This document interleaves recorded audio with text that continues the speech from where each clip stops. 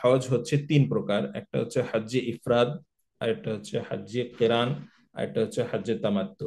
হাজ্জে ইফরাদ, হাজ্জে তামাত্তু বা হাজ্জে কেরান যেভাবে আমরা বলি। প্রথম হচ্ছে হাজ্জে ইফরাদ। ইফরাদ শব্দের অর্থ হচ্ছে এক, ফর্দ মানে ওয়াহেদ, এক। ইফরাদ মানে হচ্ছে একটা কাজের জন্য আমি যাব, আমি শুধুমাত্র হজ করার নিয়তে বাংলাদেশ থেকে আমি যখন সফর করব তখন আমার নিয়ত থাকবে শুধুমাত্র হজ করা। হজ ছাড়া আমার কোনো নিয়ত থাকবে না, ওমরা করা বা ওমরা করার কোনো নিয়ত থাকবে না হজের সাথে, সেটা বলা হয় ইফরাদ। হাজ্জে ইফরাদ, যে হজের মধ্যে শুধুমাত্র আমি একটা কাজের নিয়ত করব। দুই নাম্বার হচ্ছে হাজ্জে কেরান। হাজ্জে কেরান এমন হজকে বলে, কেরান শব্দের অর্থ হচ্ছে মিলিত, যার মধ্যে একটার সাথে আরেকটা মিলে থাকবে, মানে দুইটা জিনিস থাকবে যেটা একটার সাথে মিলে থাকবে, কেরান একটা একটার সাথে মিলে থাকবে। তো কেরান মানে কি হবে, যে হজের মধ্যে দুইটা জিনিস থাকবে এবং এটা একটা একটার সাথে মিলে থাকবে। দুইটা জিনিস কি থাকবে হজের মধ্যে, একটা হজ আর একটা হচ্ছে ওমরা। হজ এবং ওমরা যখন এক সফরের মধ্যে থাকবে এবং এই দুইটা যখন মিলে থাকবে, তখন এই হজকে বলা হবে হজ্জে কেরান, কেরান হজ। ঠিক আছে।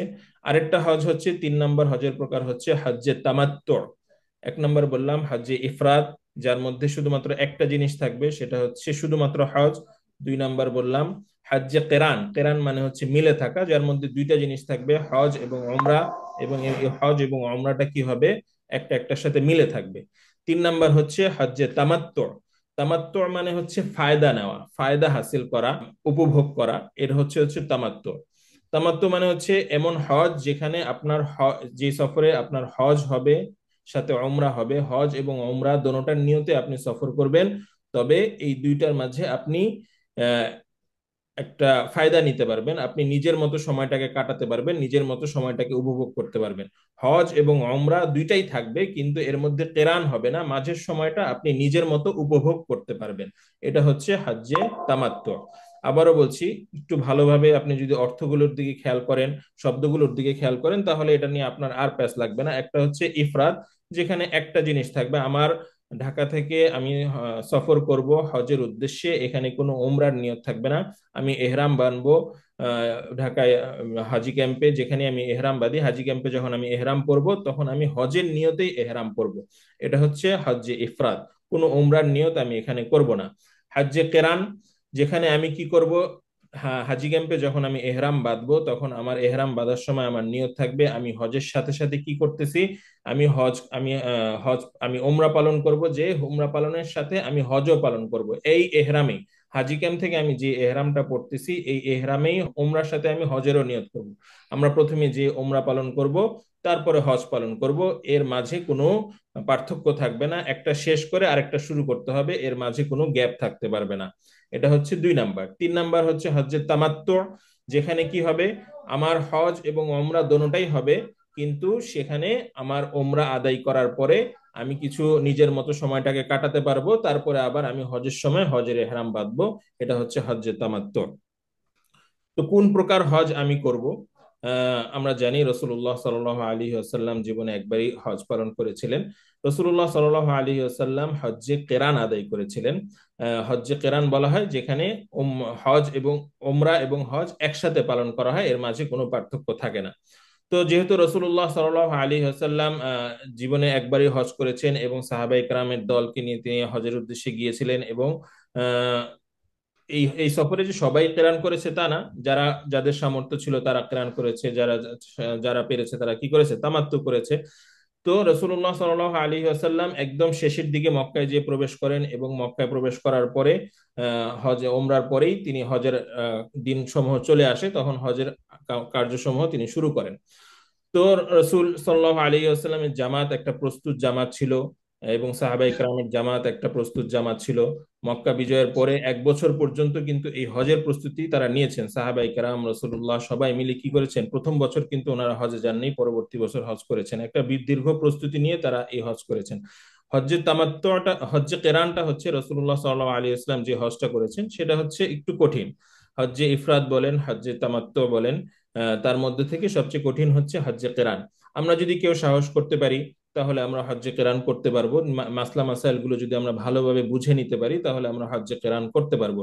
এদিকে জটিলতা যে বিষয়টি হয় সেটি হচ্ছে আমাকে বাংলাদেশ থেকে এহরাম পরে যে যেতে হবে, আমরা এহরাম যে আমরা পরবো হাজি ক্যাম্পে বসে, হজ্জে কেরানের নিয়ত যদি আমি করি তাহলে হজ শেষ করার আগ পর্যন্ত আমি এহরাম পরে যে ওমরা করব, ওমরা করার পরে আমার হজের পূর্বে 2-3 দিন সময় থাকবে বা 4-5 দিন, যেটাই আমার সফরের শিডিউল অনুযায়ী যেটাই হবে, পরিপূর্ণ হজ শেষ করার পরে আমি এহরাম খুলতে পারবো। তো বাংলাদেশ থেকে যাওয়া, যে ওমরা করা, ওমরা করার পরে আরো কিছুদিন গ্যাপ যাওয়া, তারপরে হজ করা, পূর্ণ সময়টায় এহরামের সকল মাসলা মাসাইল মেনে চলা একটু জটিল হয়ে যায়, কঠিন হয়ে যায়। এই জন্য অধিকাংশ হাজি সাহেব যারাই, যে মানে বাংলাদেশ থেকে বলেন বা বিভিন্ন দেশ থেকে বলেন, যারাই সফর করে তারা কি করে, হজ্জে তামাত্তু করে। অর্থাৎ বাংলাদেশ থেকে তারা যায় এহরাম বাঁধে ওমরার নিয়তে, ওমরা যে ওমরা আদায় করার পরে তাহলে হজের জন্য তারা আবার ভিন্নভাবে এহরাম বাঁধে, ওমরা আদায় করে তারা এহরাম খুলে ফেলে এবং মক্কায় যে মানে আবার হজের দিনগুলো শুরু হলে ভিন্নভাবে এহরাম শুরু করে। এটাই হচ্ছে হজ্জে তামাত্তু। 95% বা 98% মানুষ কি করে, হজ্জে তামাত্তুই আদায় করে, কারণ এটা হচ্ছে সহজ এবং এটা হচ্ছে রিস্ক মুক্ত।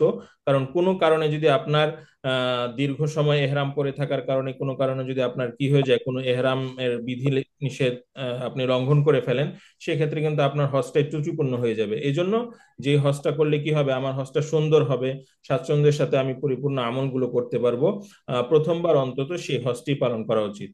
আর যারা শেষের দিকে সফর করবেন তাদের পক্ষেই যদি চায় কেউ কেরান করতে পারবে, কিন্তু যারা আগের দিকে সফর করবে তাদের জন্য তো কেরান করা কোনোভাবেই সম্ভব না। আমরা যদি যেহেতু শেষের দিকে সফর করি, কেউ যদি হজের মাসলা মাসাইল জেনে থাকেন এবং আগেও হজের অভিজ্ঞতা থেকে থাকে, তাহলে আপনি কেরানের ইচ্ছা করতে পারেন। তবে সর্বোত্তম হজ বা সবচেয়ে সহজ ভাবে হজ পালন করা যায় সুন্দরভাবে মাসলা মাসাইল গুলো আদায় করে, সেটা হচ্ছে যদি হজ্জের তামাত্তু আমি আদায় করি। তো আবারও বলছি, 3 প্রকার হজ। এক নম্বর হচ্ছে হজ্জে ইফরাদ, যেখানে আমি বাংলাদেশ থেকে এহরাম বাঁধবো শুধুমাত্র হজের নিয়তে। 2 নম্বর হচ্ছে হজ্জে কেরান, যেখানে আমি বাংলাদেশ থেকে এহরাম পরব ওমরা এবং হজ দোনোটার নিয়তে, এবং ওমরা এবং হজ দোনোটা শেষ করে আমার এহরাম খুলতে হবে, এর আগে আমি এহরাম খুলতে পারবো না সেদিকে যে। 3 নম্বর হচ্ছে হজ্জে তামাত্তু, যেখানে আমি বাংলাদেশ থেকে এহরাম পরে যাব ওমরার নিয়তে, ওমরা করে আমি এহরাম খুলে ফেলবো এবং পরবর্তীতে আমি হজের কার্যক্রম যখন শুরু হবে তখন আমি আবার হজের উদ্দেশ্যে এহরাম বাঁধবো। এটা হচ্ছে স্বাভাবিকভাবে তিনটা একটা প্রকারের সংজ্ঞা। এছাড়াও মাসলা মাসাইলে আরো কিছু পার্থক্য আছে, যখন আমরা হজের ডিটেলস, ফরজ, ওয়াজিব প্রত্যেকটা যখন আলোচনা করব, আমাদের ফিজিক্যাল ট্রেনিং গুলা যখন হবে। ওয়ালাইকুম সালাম রহমতুল্লাহ। আমরা আলোচনা কন্টিনিউ করে প্রশ্ন উত্তর থাকলে আমরা পরবর্তীতে নিব ইনশাল্লাহ। আহ, তো এটাই বলছিলাম যে এই হচ্ছে হজের 3 প্রকার। এই 3 প্রকারে আমরা যে কোনোটা আমরা প্রত্যেকটা জানবো, জেনে বুঝে আমরা হজের নিয়ত করব ইনশাল্লাহ। তবে আমাদের সাজেশন থাকবে, এবং যারা বেশিরভাগ যেটা করে সেটা হজ্জের তামাত্তু, আমরা সকলেই হজ্জের তামাত্তুর জন্য প্রস্তুতি গ্রহণ করব ইনশাল্লাহ। দ্বিতীয় যে বিষয়টা আলোচনার জন্য বলা হয়েছে সেটা হচ্ছে কোরবানি। মক্কা শরীফে কোরবানির বিষয়টা বা হজের কোরবানি আমরা যেটাকে বলে থাকি, সেটা কিভাবে আদায় করা। প্রথমত বিষয় হচ্ছে এটা কি মানে হজের সময় যে আমরা একটা কোরবানি করি, একটা পশু জবাই করি, এটা কি আসলে কোরবানি না অন্য কিছু? এদিকে বিষয় হচ্ছে এটা আমরা বাংলাতে যদিও কোরবানি বলে, কিন্তু এটার মূল হচ্ছে এটা হচ্ছে দমে শকর। দমে শকর বলা হয়, আরবিতে এটাকে বলা হয় দমে শকর, শুকরিয়া আদায়ের জন্য একটা প্রাণী জবেহ করা। এটা কোনো কোরবানি না। আমরা বাংলাদেশে কোরবানি বলতে যেটা বুঝি, যে 10-এ জিলহজ একটা পশু কিনে কোরবানি করা, এই কোরবানি না। এটা হচ্ছে হজের একটা অংশ। হজের আমি যে বিধিবিধানগুলো পালন করলাম, আল্লাহ রাব্বুল আলামিন যে আমাকে হজ করার তৌফিক দান করলেন, তার শুকরিয়া আদায় হিসাবে একটা পশু কোরবানি করা, এটাকে বলা হয় দমে শুকর। আমরা বাংলায় সহজে বোঝার জন্য কোরবানি বলি, কিন্তু এটা মূলত কোনো কোরবানি না। এটা হচ্ছে হজের একটা আমল, হজের ওয়াজিব গুলোর মধ্যে থেকে একটা ওয়াজিব, দমে শুকর আদায় করা, একটা পশু জবেহ করা। এটা মূলত হজের কোনো কোরবানি নেই। এই জন্যই কোনো ব্যক্তির উপর যদি কোরবানি ফরজ হয়ে থাকে এবং সে যদি কি করতে চায়, তার উপর যদি দেশে কোরবানি ফরজ হয়ে থাকে, তাহলে তাকে কি করতে হবে, দেশে হজের কোরবানির কারণে তার দেশের কোরবানি আদায় হবে না। হজের কোরবানি ভিন্ন, দেশের কোরবানি ভিন্ন। হজের কোরবানির কারণে তার দেশের কোরবানি আদায় হয়ে যাবে, বা দেশের কোরবানিটা সে হজে আদায় করতেছে, এই ধারণা নিয়ে যদি কেউ হজে কোরবানি আদায় করে তাহলে কিন্তু তার কোরবানি হজের কোরবানিও হবে না, দেশের কোরবানি তো হইলই না। এই জন্য এই ধারণাটা স্পষ্ট রাখতে হবে, হজের সময় যে আমরা কোরবানিটা করি সেটা কোনো দেশে আমাদের উপর যে কোরবানি ফরজ সেই হিসাবে আমরা করি না, সেটা হচ্ছে হজের 6টি ওয়াজিবের একটি ওয়াজিব, দমে শকর, একটি পশু জবাই করা, সেই ওয়াজিব হিসাবে আমরা সেটা আদায় করি। এই নিয়মটা আমাদের জানা থাকতে হবে, এই নিয়মটা আমাদের জানা থাকতে হবে, তাহলে আমাদের আমলটা সহি হবে। আমরা যদি মনে করি যে না, আমরা হজে চলে গেছি এই জন্য দেশের কোরবানি না করে আমরা হজে কোরবানি করলাম, এটা মনে হয় যে ঢাকার কোরবানিটার বদলাই মনে হয় এটা করলাম, না, এটা ধারণায় রাখা যাবে না, এই বিষয়টা স্পষ্ট করতে হবে। হ্যাঁ, এরপরে আপনাকে দেশে কি কোরবানি করতে হবে কি হবে না এই বিষয়টা জানার জন্য আপনাকে বুঝতে হবে যে আহ, আপনার উপর দেশে কোরবানি ওয়াজিব কিনা। যে কোরবানির যে সমস্ত ওয়াজিব হওয়ার যে সমস্ত শর্ত আছে তার মধ্যে এটাও একটা শর্ত, তার কি হতে হবে, মুকিম হতে হবে। যদি কোনো ব্যক্তি মুকিম হয় তাহলে তার উপর কোরবানি ওয়াজিব, মুসাফির হইলে তার উপর কিনা কোরবানি ওয়াজিব না। যদি আপনি হজের সফরের মধ্যে মুসাফির অবস্থায় থাকেন তাহলে দেশেও আপনার উপর কোরবানি ওয়াজিব থাকবে না, তবে আপনি সওয়াবের নিয়তে কোরবানি আদায় করতে পারেন। হ্যাঁ, আর যদি আপনি সেখানে মুকিম থাকেন তাহলে দেশেও কি করতে হবে, আপনার গতানুগতিক সবসময় যেরকম কোরবানি আদায় করেন দেশেও আপনার কোরবানি আদায় করতে হবে। হজের মাসালায় যেটা আদায় করতেছেন সেটা তো ভিন্ন, হজের আমলের সাথে যেটা যাচ্ছে সেটার কারণে তার দেশেরটার কোনো প্রভাব পড়বে না। দেশে আপনার উপর কোরবানি ওয়াজিব কিনা সেটা আপনি আলাদাভাবে আলোচনা করে বুঝে নেবেন যে আমার উপর দেশে এখন কোরবানি ওয়াজিব কিনা। আমি তো হজের আমলের সময় হজে যেটা করার সেটা তো করবোই, দেশেরটা আপনি আলাদাভাবে বুঝে নেবেন যে দেশে আমার উপর কোরবানি ওয়াজিব কিনা, সেটা ভিন্নভাবে বুঝে নেবেন। এটা হচ্ছে একটা বিষয়। কোরবানি, হজের কোরবানিটা আসলে কি, সেটা মূলত কোনো কোরবানি না, সেটা হচ্ছে দমে শকর। আর দেশের কোরবানির মাসালা সম্পূর্ণ ভিন্ন, দেশে যেরকম ভাবে কোরবানি ওয়াজিব থাকে সেভাবেই কোরবানি ওয়াজিব হবে। যে সমস্ত শর্ত শারায়েত থাকা দরকার সে সমস্ত শর্ত শারায়েত পাওয়া গেলে ওয়াজিব হবে, কোনোটা মিসিং হলে ওয়াজিব হবে না, তবে যে কেউ চাইলে কোরবানি আদায় করতে পারে। এটা হচ্ছে ওয়াজিব হওয়ার বিষয়। আর হচ্ছে কিভাবে আদায় করবেন কোরবানি, সেটাও সংক্ষেপে বলে দিই। হজের সময় কোরবানি আদায় করার তিনটি পদ্ধতি আছে। তিনটি পদ্ধতিতে সাধারণত কোরবানি আদায় করা হয়। মূলত কোরবানিটা কোথায় আদায় করতে হবে, দমে শুকর বা হজের যে কোরবানি, হজের 6টি ওয়াজিবের মধ্যে থেকে একটি ওয়াজিব, এটা আসলে কোথায় আদায় করতে হয় এটা প্রথমে জানতে হবে। এটা হচ্ছে হুদুদের মধ্যে আদায় করতে হয়। হুদুদে হারাম আছে, হারামের একটা হুদুদ আছে, মানে একটা সীমা আছে। ঠিক আছে, দুইটা সীমা, একটা হচ্ছে কাবা শরীফের সীমা, বাইতুল্লাহ সীমা। বাইতুল্লাহর একটা সীমাকে আমরা বলি যে হারামের চত্বর বা হারামের সীমা বলতে আমরা বুঝি।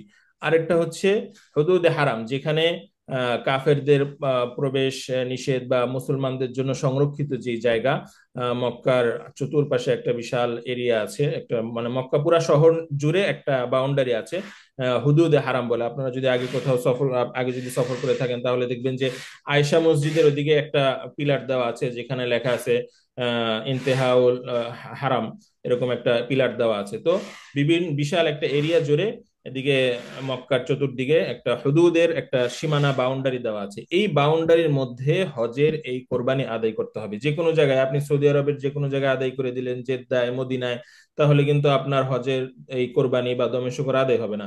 আপনি দেশে বৈশাখ বললেন যে আমার হজের কোরবানিটা তুমি দেশেই ডাবল কোরবানি করে দাও, তাহলেও কিন্তু আপনার হজের কোরবানি আদায় হবে না। তো এই জন্য আপনাকে জানতে হবে হজের কোরবানিটা কোথায় আদায় করতে হবে। হজের কোরবানিটা অবশ্যই মক্কায়, শুধু মক্কায় হইলেও হবে না, মক্কায় হুদুদে হারামের ভিতরে করতে হবে।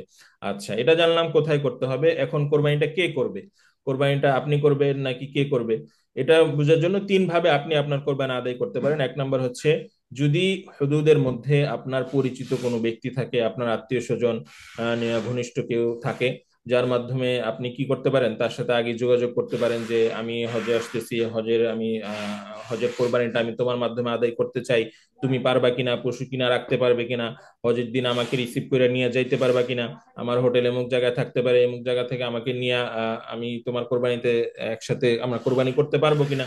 তো সব বিষয় যদি আপনি জেনে নিশ্চিত হন যে না, হুদুদের মধ্যে আমার এরকম পরিচিত ব্যক্তি আছে, আমি হজের দিন সে আমাকে নিয়ে যাবে বা আমি কোনো মাধ্যমে তার কাছে পৌঁছতে পারবো, তারপর আমরা একসাথে কোরবানি আদায় করতে পারবো, এটা যদি আপনি করতে পারেন তাহলে আলহামদুলিল্লাহ, এটা হচ্ছে সবচেয়ে সুন্দর সুরত। আপনি আপনার কোরবানিটি নিজে দেখলেন, নিজে স্বাচ্ছন্দ্যের সাথে কোরবানি আদায় করলেন, যদি সময় পান তার বাসায় কিছু সময় থাকলেন, কোরবানির গোশত গ্রহণ করলেন, এটা হতে পারে খুব সুন্দর বিষয়। আর দ্বিতীয় মাধ্যম হচ্ছে আপনি কি করবেন, ব্যাংকের মাধ্যমে কোরবানি আদায় করবেন। হজের সময় সৌদি গভর্নমেন্টের একটা নিয়ম আছে যে কি করা যায়, ব্যাংকে টাকা জমা দেওয়া যায় কোরবানির জন্য। টাকা জমা দিলে তারা একটা স্লিপ দেয়, যে এই স্লিপের মধ্যে আপনি একটা টাইম দেখতে পাবেন যে এই টাইমের মধ্যে আপনার কোরবানিটা আদায় হয়ে যাবে। আপনি টাকা দেওয়ার সাথে সাথে স্লিপটা বের হয়ে আসবে, স্লিপের মধ্যে একটা টাইম দেওয়া থাকবে, 8টা 9টা 10টা এরকম একটা টাইম দেওয়া থাকবে, যে টাইমের মধ্যে বলা থাকবে যে আপনার কোরবানিটা এমন সময় আদায় হবে। তো এই মাধ্যমে আপনি ব্যাংকের মাধ্যমে কি করতে পারেন, কোরবানি আদায় করতে পারেন। এদিকে একটা জটিলতা একটা বিষয় আছে, সেটা আমি আর একটু পরে আলোচনা করতেছি। 3 নাম্বার আরেকটা বিষয় হচ্ছে আপনি কোরবানিটা আদায় করতে পারেন আমাদের এজেন্সির সহযোগিতায়, বা এজেন্সি আমরা অনেকেই দেখা গেছে অনেকে এজেন্সির মাধ্যমে কোরবানি আদায় করতে চায়। তখন আমরা একটা ব্যবস্থাপনা রাখি, যারা যারা আমাদের মাধ্যমে কোরবানি আদায় করতে চায় তাদেরকে তাদের জন্য আমরা কিছু পশু ক্রয় করে, আমাদের পরিচিত লোক সবসময় ওই জায়গায় থাকে, তাদের কাছে পশুগুলো রেখে তারপরে সেখানে আমরা যে নিজেরা যে কোরবানি আদায় করি, এবং যারা আমাদের মাধ্যমে কোরবানি আদায় করে তাদেরকে আমরা সাথে সাথে হোয়াটসঅ্যাপে আপডেট দিয়ে দিই যে আপনার কোরবানিটা আদায় হয়েছে। যার যার কোরবানি আদায় হয়ে যায়, কিছু ফুটেজ আমরা শেয়ার করার চেষ্টা করি। আসলে কোরবানির ফুটেজ এগুলা এত শেয়ার করাও কঠিন থাকে। আমাদের সাথে দু একজন হাজী সাহেব যান, আমাদের কোরবানিগুলো আদায় হলে সকলেই হোয়াটসঅ্যাপ গ্রুপের মাধ্যমে আপডেট গুলো সাথে সাথে পেয়ে যান। এটা হচ্ছে একটা 3 নাম্বার সুরত। তো 2 নাম্বার সুরত যেটা ব্যাংকে ছিল, সেটার মাধ্যমে যে জটিলতা তৈরি হয় সেটা হচ্ছে ব্যাংকে যখন আপনি কোরবানি আদায় করবেন, এদিকে হচ্ছে কোরবানিটা কখন আদায় হচ্ছে এই সময়টা জানা আপনার জন্য জরুরি। কোরবানিটা কি সকালে আদায় হচ্ছে না বিকালে আদায় হচ্ছে না দুপুরে আদায় হচ্ছে, এই সময়টা আপনার জানা অত্যন্ত জরুরি। এই কারণে, কারণ কোরবানিটা আদায় করা হয় হচ্ছে 10 জিলহজ। বাংলাদেশে আমরা যেদিন কোরবানি আদায় করি সেদিনই কোরবানিটা আদায় করা হয় 10 তারিখ। তো 10 তারিখ হজের সময় আমাদের বেশ কিছু কাজ থাকে। হজের যত দিন আছে তার মধ্যে সবচেয়ে জটিল দিন, সবচেয়ে কঠিন দিন হচ্ছে এই 10 তারিখ। 10 তারিখ আমাদের প্রচুর কাজ থাকে। প্রথম কাজ হচ্ছে আমাদের মুজদালিফা থেকে আসতে হয়। দ্বিতীয় কাজ হচ্ছে আমাদেরকে জামারায় যেতে হয়। তৃতীয় কাজ হচ্ছে আমাদেরকে কোরবানি করতে হয়। চতুর্থ কাজ হচ্ছে আমাদেরকে হলক করতে হয়। ঠিক আছে না? পঞ্চম কাজ আরো আছে, যদি আমরা পারি সেখানে কি করতে হয়, বাইতুল্লাহ তোয়াফের জন্য যেতে হয়। যদি সম্ভব না হয় তোয়াফটা আমরা পরবর্তী দিনেও করতে পারি। তো মোটামুটি 10 তারিখের কাজগুলো অত্যন্ত মানে জটিল এবং অনেক কাজ। তার মধ্যে থেকে 3টি কাজ, যেমন শয়তানকে পাথর মারতে যাওয়া, কোরবানি করা, এবং আহ হলক করা, মাথা চেঁচে এহরাম থেকে ফারেক হওয়া, এই 3টি কাজের মধ্যে ধারাবাহিকতা রক্ষা করা আমাদের মতে ওয়াজিব। হানাফি মাযহাব মনে, আমরা যেহেতু অধিকাংশই হানাফি, হানাফি মাযহাব মতে আপনার যা শয়তানকে পাথর মারা, এরপরে কোরবানি করা, এরপরে হলক করা, এই 3টি কাজের মধ্যে ধারাবাহিকতা রক্ষা করা ওয়াজিব। আপনি যদি শয়তানকে পাথর মেরে এসে হলক করে বসে থাকেন, আপনার কোরবানি আদায় না হয়, তাহলে কিন্তু আপনার উপর আরেকটি মানে দম ওয়াজিব হবে। আপনি একটা ওয়াজিব তরক করছেন, এই জন্য আপনার জন্য যে জরিমানা সেটা আপনার উপর আসবে। এই জন্য আপনার মনে রাখতে হবে কোরবানিটা কখন হচ্ছে আমার জানা জরুরি। এরকম যদি হয় যে কোরবানি কখন হলো আমার খবর নাই, তাহলে কিন্তু আপনি পাথর মারা আসার পর আপনি হলক হতে পারতেছেন না যতক্ষণ পর্যন্ত আপনার কোরবানি আদায় না হচ্ছে। এখন কথা হচ্ছে ব্যাংকে যে স্লিপটা দেয়, ব্যাংকে একটা স্লিপ দিল সেখানে সকাল 10টা টাইম দেওয়া, কিন্তু এই সকাল 10টায় কি আদৌ কোরবানি আদায় হচ্ছে কিনা এই ব্যাপারে সন্দেহ থেকে যায়। কারণ আমরা দেখি সৌদি সরকার কিন্তু প্রথম দিন, দ্বিতীয় দিন, তৃতীয় দিন পর্যন্ত কোরবানির কার্যক্রম চলমান রাখে। আর অবশ্যই আপনার কোরবানি করবে, এরকম না যে আপনার টাকা নিচ্ছে সে কোরবানি করবে না, তা না, কিন্তু সে কখন কোরবানি করবে, আদৌ কি সকাল 10টায় হচ্ছে না 12টায় হচ্ছে না দুপুর 2টায় হচ্ছে না 4টায় হচ্ছে, এটা কিন্তু আপনি শিওর হতে পারছেন না। আপনাকে কিন্তু আলাদাভাবে কোনোভাবে জানাচ্ছে না যে এটা আপনার কোরবানিটাই আদায় হলো, এরকম ভাবে কিন্তু পরবর্তীতে আর কোনো নোটিফিকেশন আপনি পাচ্ছেন না। এই জন্য সন্দেহ থেকে যায় যে আমার কোরবানিটা কি এখন আদায় হয়ে গেছে। যদি এই সন্দেহ মানে এটা যদি আপনি নিশ্চিত হতে না পারেন, তাহলে তাহলে আপনি কি হতে পারবেন না, আপনি মাথা চাচতে পারবেন না, আপনি এহরাম থেকে ফারেক হতে পারবেন না, আপনার এই অপেক্ষায় বসে থাকতে হবে। আর তারা এই বিষয়টাতে মানে সিরিয়াস না হওয়ার একটা তাদেরও একটা কারণ আছে। কারণ সৌদি গভর্নমেন্ট বা সৌদি সরকার চলে হচ্ছে মালিকি মাযহাব অনুযায়ী, তাদের মধ্যে মালিকি মাযহাবের প্রচলনটা বেশি। তো এই আর মালিকি মাযহাবের মধ্যে আপনার এই ধারাবাহিকতাটা ওয়াজিব না। তো এই কারণে তারা এই বিষয়টাতে কিছুটা উদাসীন থাকতে পারে। কিন্তু আমরা যেহেতু একটা মাযহাব ফলো করে চলি, অতএব এই নিয়ম অনুযায়ী আমাদেরকে যত সম্ভব আমরা চেষ্টা করব। হয়তো আমরা প্রথম শুরুতে আমাদের পরিচিত কারো মাধ্যমে কোরবানি আদায় করব, তাহলে তো আমরা বুঝতে পারলাম যে কখন আদায় হচ্ছে, কিভাবে আদায় হচ্ছে। অথবা আমরা এজেন্সির সহায়তা যদি আদায় করতে পারি তাহলে ভালো, তাহলে আমরা টাইমটা জানতে পারবো। এছাড়া যদি কেউ ব্যাংকের মাধ্যমে করে তাহলেও করতে পারবে, কোনো সমস্যা নেই, যেহেতু সৌদি সরকার এই নিয়মটা রেখেছে, এই মাধ্যমে করতে পারবে। আর এটাও একটা সম্ভাবনা আছে এবার হয়তো এটা আমাদের চেয়ারম্যান সাহেব হয়তো ক্লিয়ার করবেন যে আসলে এই আলোচনাটা কত দূর আমরা শুনেছিলাম যে এবার প্রত্যেকেরই কি করতে হবে, ব্যাংকের মাধ্যমেই কোরবানি আদায় করতে হবে, এছাড়া হয়তো কোনো মাধ্যম তারা স্পেস রাখবে না। যদি এরকম হয় তাহলে তো আমাদের 100% অপারগ হয়ে আমাদের এই কাজটাই করতে হবে যে আমাদের ব্যাংকের মাধ্যমে কোরবানি আদায় করতে হবে। তবে আমরা যত সম্ভব চেষ্টা করব, যতক্ষণ পর্যন্ত পারা যায় আমরা আমাদের শিডিউল অনুযায়ী কাজ করার চেষ্টা করব। কোনো কারণে অপারগ হয়ে গেলে সে বিষয়ে মাসালা অবশ্যই আছে, যে সেটা যেহেতু সৌদি গভর্নমেন্টের নিয়ম চলে আসলে তখন আমরা আমাদের এই বিষয়ে শিথিলতা পাবো ইনশাল্লাহ। তো এটাই হচ্ছে কোরবানি সম্পর্কে একটা মোটামুটি ধারণা। একটা হচ্ছে কোরবানি এই জিনিসটা কি, এটা কি এই কোরবানি কি দেশের কোরবানি, বাংলাদেশি কোরবানি বলতে আমরা যেটা বুঝাই সেই কোরবানি, নাকি হজের কোরবানি ভিন্ন জিনিস? এটা শুরুতে বলা হয়েছে হজের কোরবানি মূলত কোনো কোরবানি না, এটা হজের 6টা ওয়াজিবের একটা ওয়াজিব, যেটাকে আরবিতে দমে শুকর বলে। আর হচ্ছে কোরবানি তিন ভাবে আদায় করা যায়। একটা হচ্ছে আপনি নিজের ব্যবস্থাপনায় নিজের আত্মীয় স্বজনের মাধ্যমে আদায় করবেন, দুই হচ্ছে ব্যাংকের মাধ্যমে আদায় করবেন, তিন নাম্বার হচ্ছে এজেন্সির সহায়তায় আপনি আদায় করবেন। এই হচ্ছে মোটামুটি আলোচনা হজের প্রকার এবং কোরবানি নিয়ে।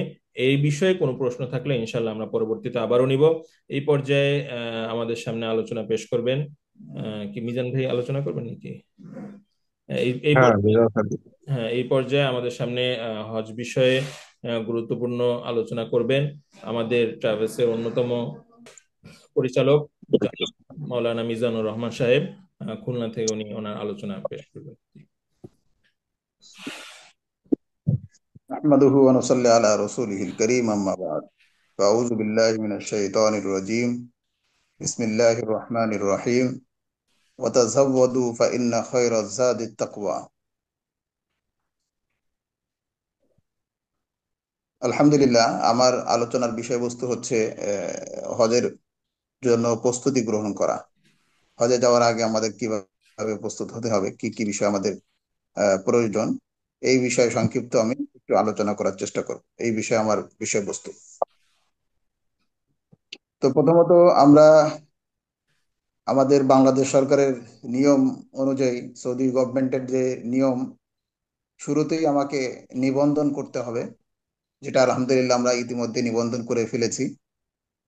নিয়াত করার সাথে সাথেই ফর্মালিটি হিসাবে আমাদেরকে নিবন্ধন করতে হবে। নিবন্ধনের পরে আমাদেরকে পর্যায়ক্রমে বিভিন্ন পর্যায়ক্রমে যে কাজগুলি আছে, টাকা পয়সা সঠিক সময়ে এজেন্সির অ্যাকাউন্টে জমা দেওয়া, যখন যে টাইম দেওয়া হয় এই টাইম অনুযায়ী টাকা পয়সাগুলি জমা করা, সাথে সাথে নিজেদের সফরের তৈয়ারির জন্য কারেন্সি, ডলার অথবা রিয়াল, রিয়ালটাই বেশি ভালো, যে সৌদি আরবে আমরা যাচ্ছি, এটার সংগ্রহ করা।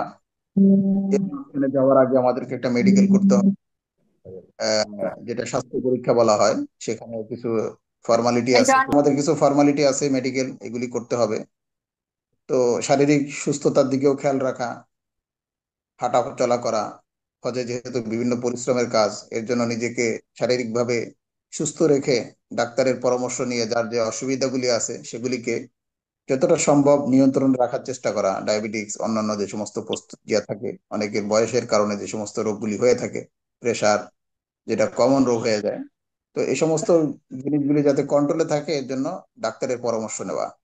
পাশাপাশি মানসিকভাবে প্রস্তুত হওয়া। আর আমি যে হজ করতে যাচ্ছি, এটা আমাদের জীবনের একটা দিনের ইসলামের পরিপূর্ণতা। কারণ আমরা নামাজ পড়েছি, ঈমান এনেছি, রোজা রেখেছি, জাকাত আদায় করেছি, ইসলামের পঞ্চভিত্তির চারটা অনেকেই করে ফেলছি, কিন্তু হজটা কিন্তু হয়তো আমাদের জীবনের অনেকের করা হয়নি। এটাই হয়তো প্রথম সফর, এটাই হয়তো আমাদের হজ, ফরজ হজ। তো হজ হলো ইসলামের পরিপূর্ণতা।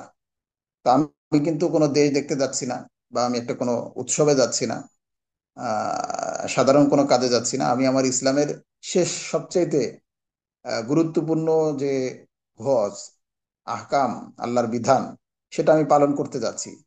তো এইভাবে নিজেকে একটা প্রস্তুত প্রস্তুত করা, যে আমি অনেক বড় একটা ইবাদত করার জন্য কিন্তু যাচ্ছি। এই ইবাদতটা যাতে সুন্দরভাবে হয়, এই ইবাদতের জন্য আমাকে পড়াশোনা করতে হবে। যেহেতু আমরা হজ অনেকেই হয়তো বা আগে করিনি, নামাজ পড়তে পড়তে পড়তে পড়তে আমাদের জীবনে ভুল ত্রুটি হলেও একসময় শুধরায় গেছে। কিন্তু হজ এমন কোনো ইবাদত না যেটা করতে করতে আমরা অভ্যস্ত হয়ে আছি, বা এটা করতে গিয়ে ভুল হলে আবার শুধরানোর সুযোগ আছে। কারণ ফরজ হজ জীবনে একবারই হয়। এই জন্য হজের আগে আমাদেরকে পড়াশোনা করতে হবে। বিশেষ করে আমাদের যে হজের বিষয়ে যে বইগুলি ছাপানো আছে, প্রকাশনা করা আছে, এই সমস্ত যে কোনো একটা বই পড়া, অনেকগুলি বই না পড়া। কারণ অনেকগুলি বই পড়লে এক এক লেখকের লেখার ধরন একরকম। এই জন্য ট্রাভেল এজেন্সির পরামর্শ নেওয়া যে আমি কোন বইটা আমার জন্য সহজ হবে, যে কোনো একটা বই পড়া। এবং সাথে সাথে এজেন্সির হজে যাওয়ার আগে যে সমস্ত ট্রেনিংগুলি হয়, অফলাইনে হয় বা অনলাইনে হয়, আমরা ফিজিক্যাল অনুষ্ঠানের মাধ্যমে হাজিদেরকে সশরীরে উপস্থিত করে বিভিন্ন বিষয়ে আমরা আলোচনা করে থাকি। এই সমস্ত জায়গায় যত বেশি আমরা উপস্থিত হতে পারবো, যত বেশি আমরা আলোচনা শুনতে পারবো, আমাদের জন্য হজটা তত সহজ হবে। আমরা পূর্বেও আমরা দেখেছি যে সমস্ত হাজি সাহেবরা আমাদের সাথে বেশি হজের আগে আলোচনা বেশি করেছে, যোগাযোগ বেশি করেছে, কথাবার্তা বেশি বলেছে, পড়াশোনা করেছে, জেনেছে, হজটাকে নিয়ে অনেক কিছু স্টাডি করেছে, তাদের হজে কোনো কষ্ট হয় না। কিন্তু যারা হজের ব্যাপারে উদাসীন, কোনো আলোচনা শোনে নাই বা হজের কোনো প্রস্তুতি সে গ্রহণ করে নাই, হজের সময় আসতে ফ্লাইটে উঠে সে হজ করতে চলে গেছে, এই সমস্ত ব্যক্তিরা বিভিন্ন বিড়ম্বনার মধ্যেও পড়েন, বিব্রতকর অবস্থার মধ্যে পড়েন। এবং সবচাইতে খারাপ বিষয় যেটা হচ্ছে যে তার হজটাও এক পর্যায়ে নষ্ট হয়ে যাওয়ার কারণ হয়, কারণ হজের সে অনেক আহকামকে নষ্ট করে ফেলে।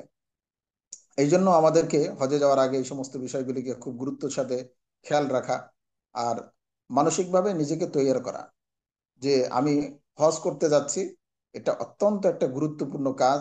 আমার মানসিকভাবে যেন তৈরি হয় যে ইসলামের সবচেয়ে গুরুত্বপূর্ণ এবাদতটি আমি পালন করতে যাচ্ছি, এর জন্য আমাকে মানসিকভাবে তৈরি হতে হবে।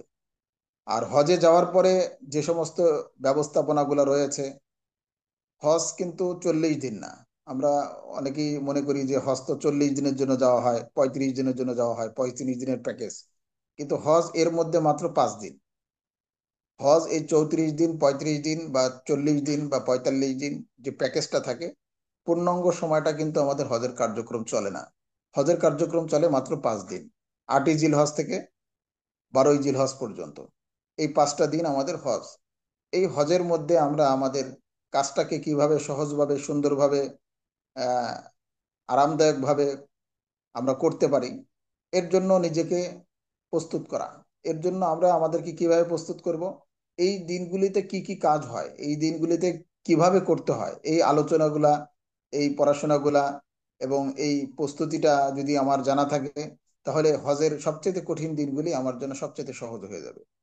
আলহামদুলিল্লাহ, আমাদের ট্রাভেল এজেন্সির পক্ষ থেকে আমরা দীর্ঘ 18 বছর যাবৎ এই হজের ব্যবস্থাপনার সাথে জড়িত আছি, খেদমতের সাথে জড়িত আছি। তো দীর্ঘ আমাদের অভিজ্ঞতা এবং দীর্ঘ সময়ের পথ চলায় আমরা যেটা বুঝতে পেরেছি যে সবচেয়ে হাজিদের জন্য গুরুত্বপূর্ণ বিষয় হলো হজের 5 দিন। এই হজের এই 5 দিন যদি আমরা একজন হাজিকে সুন্দর একটি ব্যবস্থাপনা দিতে পারি, তাহলে একজন হাজি সাহেবের হজটা সুন্দর হবে।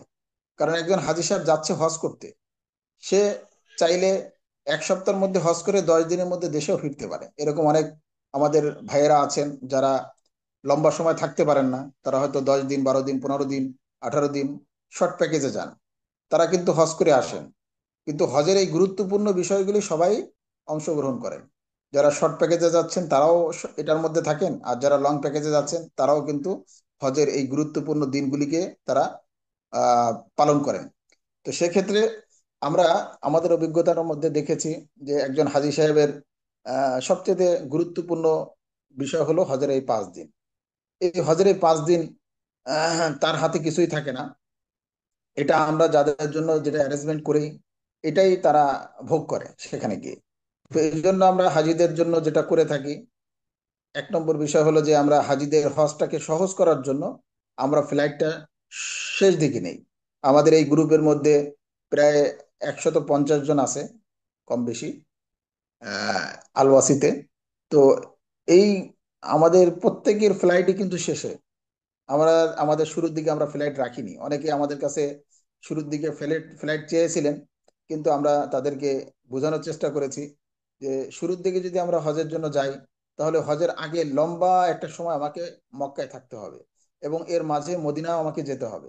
তো মক্কা মদিনার এই দীর্ঘ প্রায় 1 মাসের অধিক সময় এই শুষ্ক আবহাওয়া এবং মরু আবহাওয়া, আহ, যে গরম আবহাওয়া, ঠান্ডা গরমের যে একটা যুদ্ধ, শারীরিক এটা সহ্য করতে পারে না। তো একসময় দেখা যায় যে হাজি সাহেবরা বাংলাদেশ থেকে যেভাবে যান, শেষের দিকে অনেকটা দুর্বল হয়ে যান। আর শেষের দিকেই কিন্তু আমাদের গুরুত্বপূর্ণ কঠিন কাজটা, হজের কাজ, এই কাজের সময় সে দুর্বল হয়ে যায়। এই জন্য আমরা হাজিদেরকে বোঝানোর চেষ্টা করেছি যে আপনি যদি শেষের দিকে যান, তাহলে আপনার এই সুস্থ শরীরটা, ফ্রেশ আপনার শরীরটাকে আপনি কষ্টের কাজটা পূরণ করে ফেলতে পারলে তারপরে আর আপনার ভয় থাকলো না যে আমি আর সামনে অসুস্থ হয়ে পড়বো কিনা বা আমার কোনো অসুবিধা হবে কিনা। আল্লাহ না করুক কোনো কারণে যদি কেউ অসুস্থ হয়েও পড়ে, হজ শেষ হয়ে যাওয়ার পরে সে টিকিট কেটে দেশেও ফিরতে পারবে, বা প্রয়োজন হলে সে হাসপাতালে ভর্তি হতে পারবে। কিন্তু হজের আগে যদি কেউ অসুস্থ হয়ে যায়, তো চাইলে সে হাসপাতালে ভর্তি হওয়ার তার জন্য কঠিন ব্যাপার, এবং দেশে দেশে ব্যাক করা সম্ভব না যেহেতু হজ শেষ হয় নাই। এই জন্য আমরা হাজিদের পূর্ব প্রস্তুতি হিসাবে আমরা আমাদের ফ্লাইটগুলিকে শেষের দিকে করেছি। সব হাজিরাই আমাদের একসঙ্গে আমরা যাই শেষের দিকে, এবং যেই কঠিন কাজটা, হজের কাজটা আমরা পালন করি।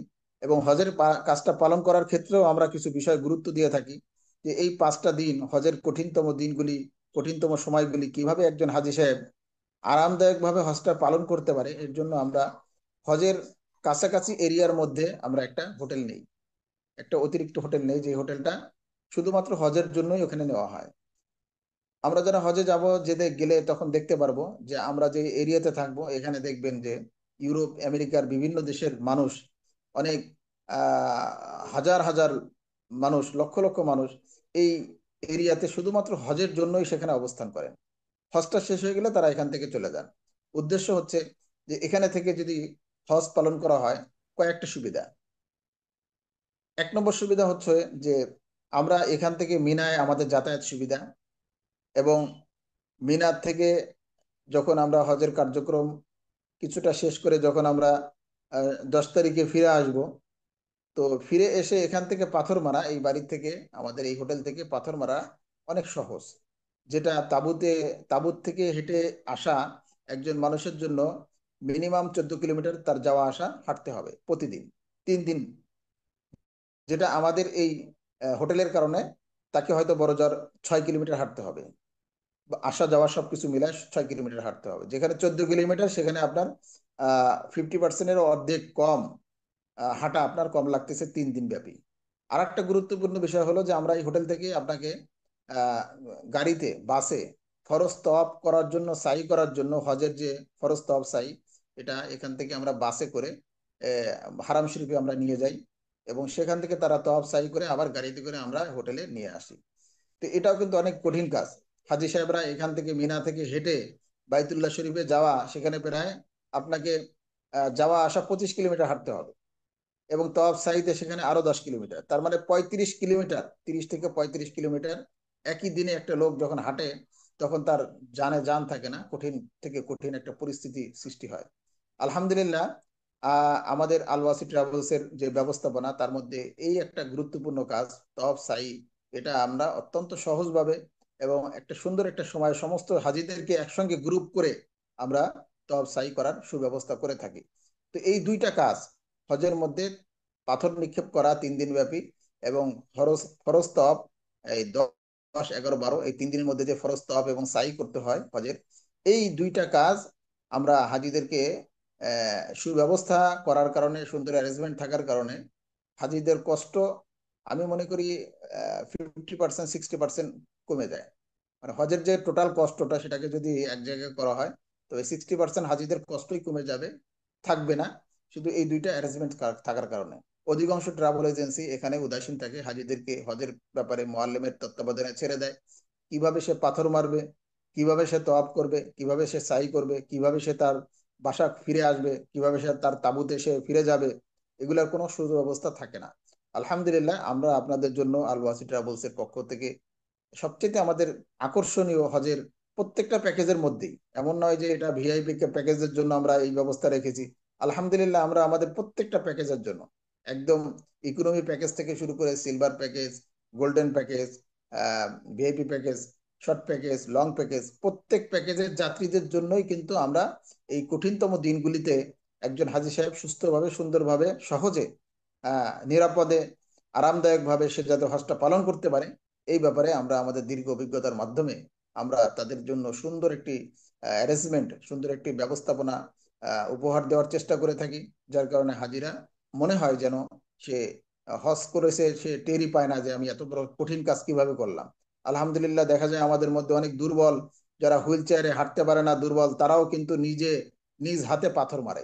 এটা আমাদের আলহামদুলিল্লাহ এটা আমাদের জন্য খুবই ভালো লাগে। যেখানে একজন সবল মানুষ পাথর মারতে গিয়ে কাহিল হয়ে যায়, সেখানে হুইল চেয়ারে করে দুর্বল লোকরা সশরীরে নিজেরা পাথর মারতেছে, ওয়াজিব কাজটা পালন করতেছে। এটা যখন আমরা দেখি তখন আমাদেরও ভালো লাগে। আলহামদুলিল্লাহ এই বছরও আমাদের ওই অ্যারেঞ্জমেন্ট গুলি থাকবে ইনশাআল্লাহ হাজিদের জন্য।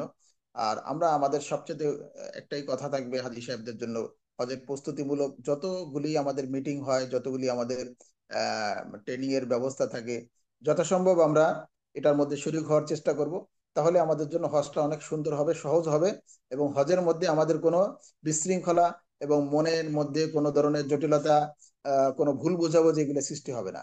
যত ভুল বোঝাবুঝি, যত রকমের সমস্যার সৃষ্টি হয়, সেটা হচ্ছে যে আমাদের এজেন্সির সাথে যোগাযোগ এবং এজেন্সি থেকে বোঝাপড়ার যে বিষয়টা থাকে, জানাশোনার বিষয়টা থাকে, এটার মধ্যে গ্যাপ থাকলেই আমাদের মধ্যে বিভিন্ন রকমের সমস্যার সৃষ্টি হয়।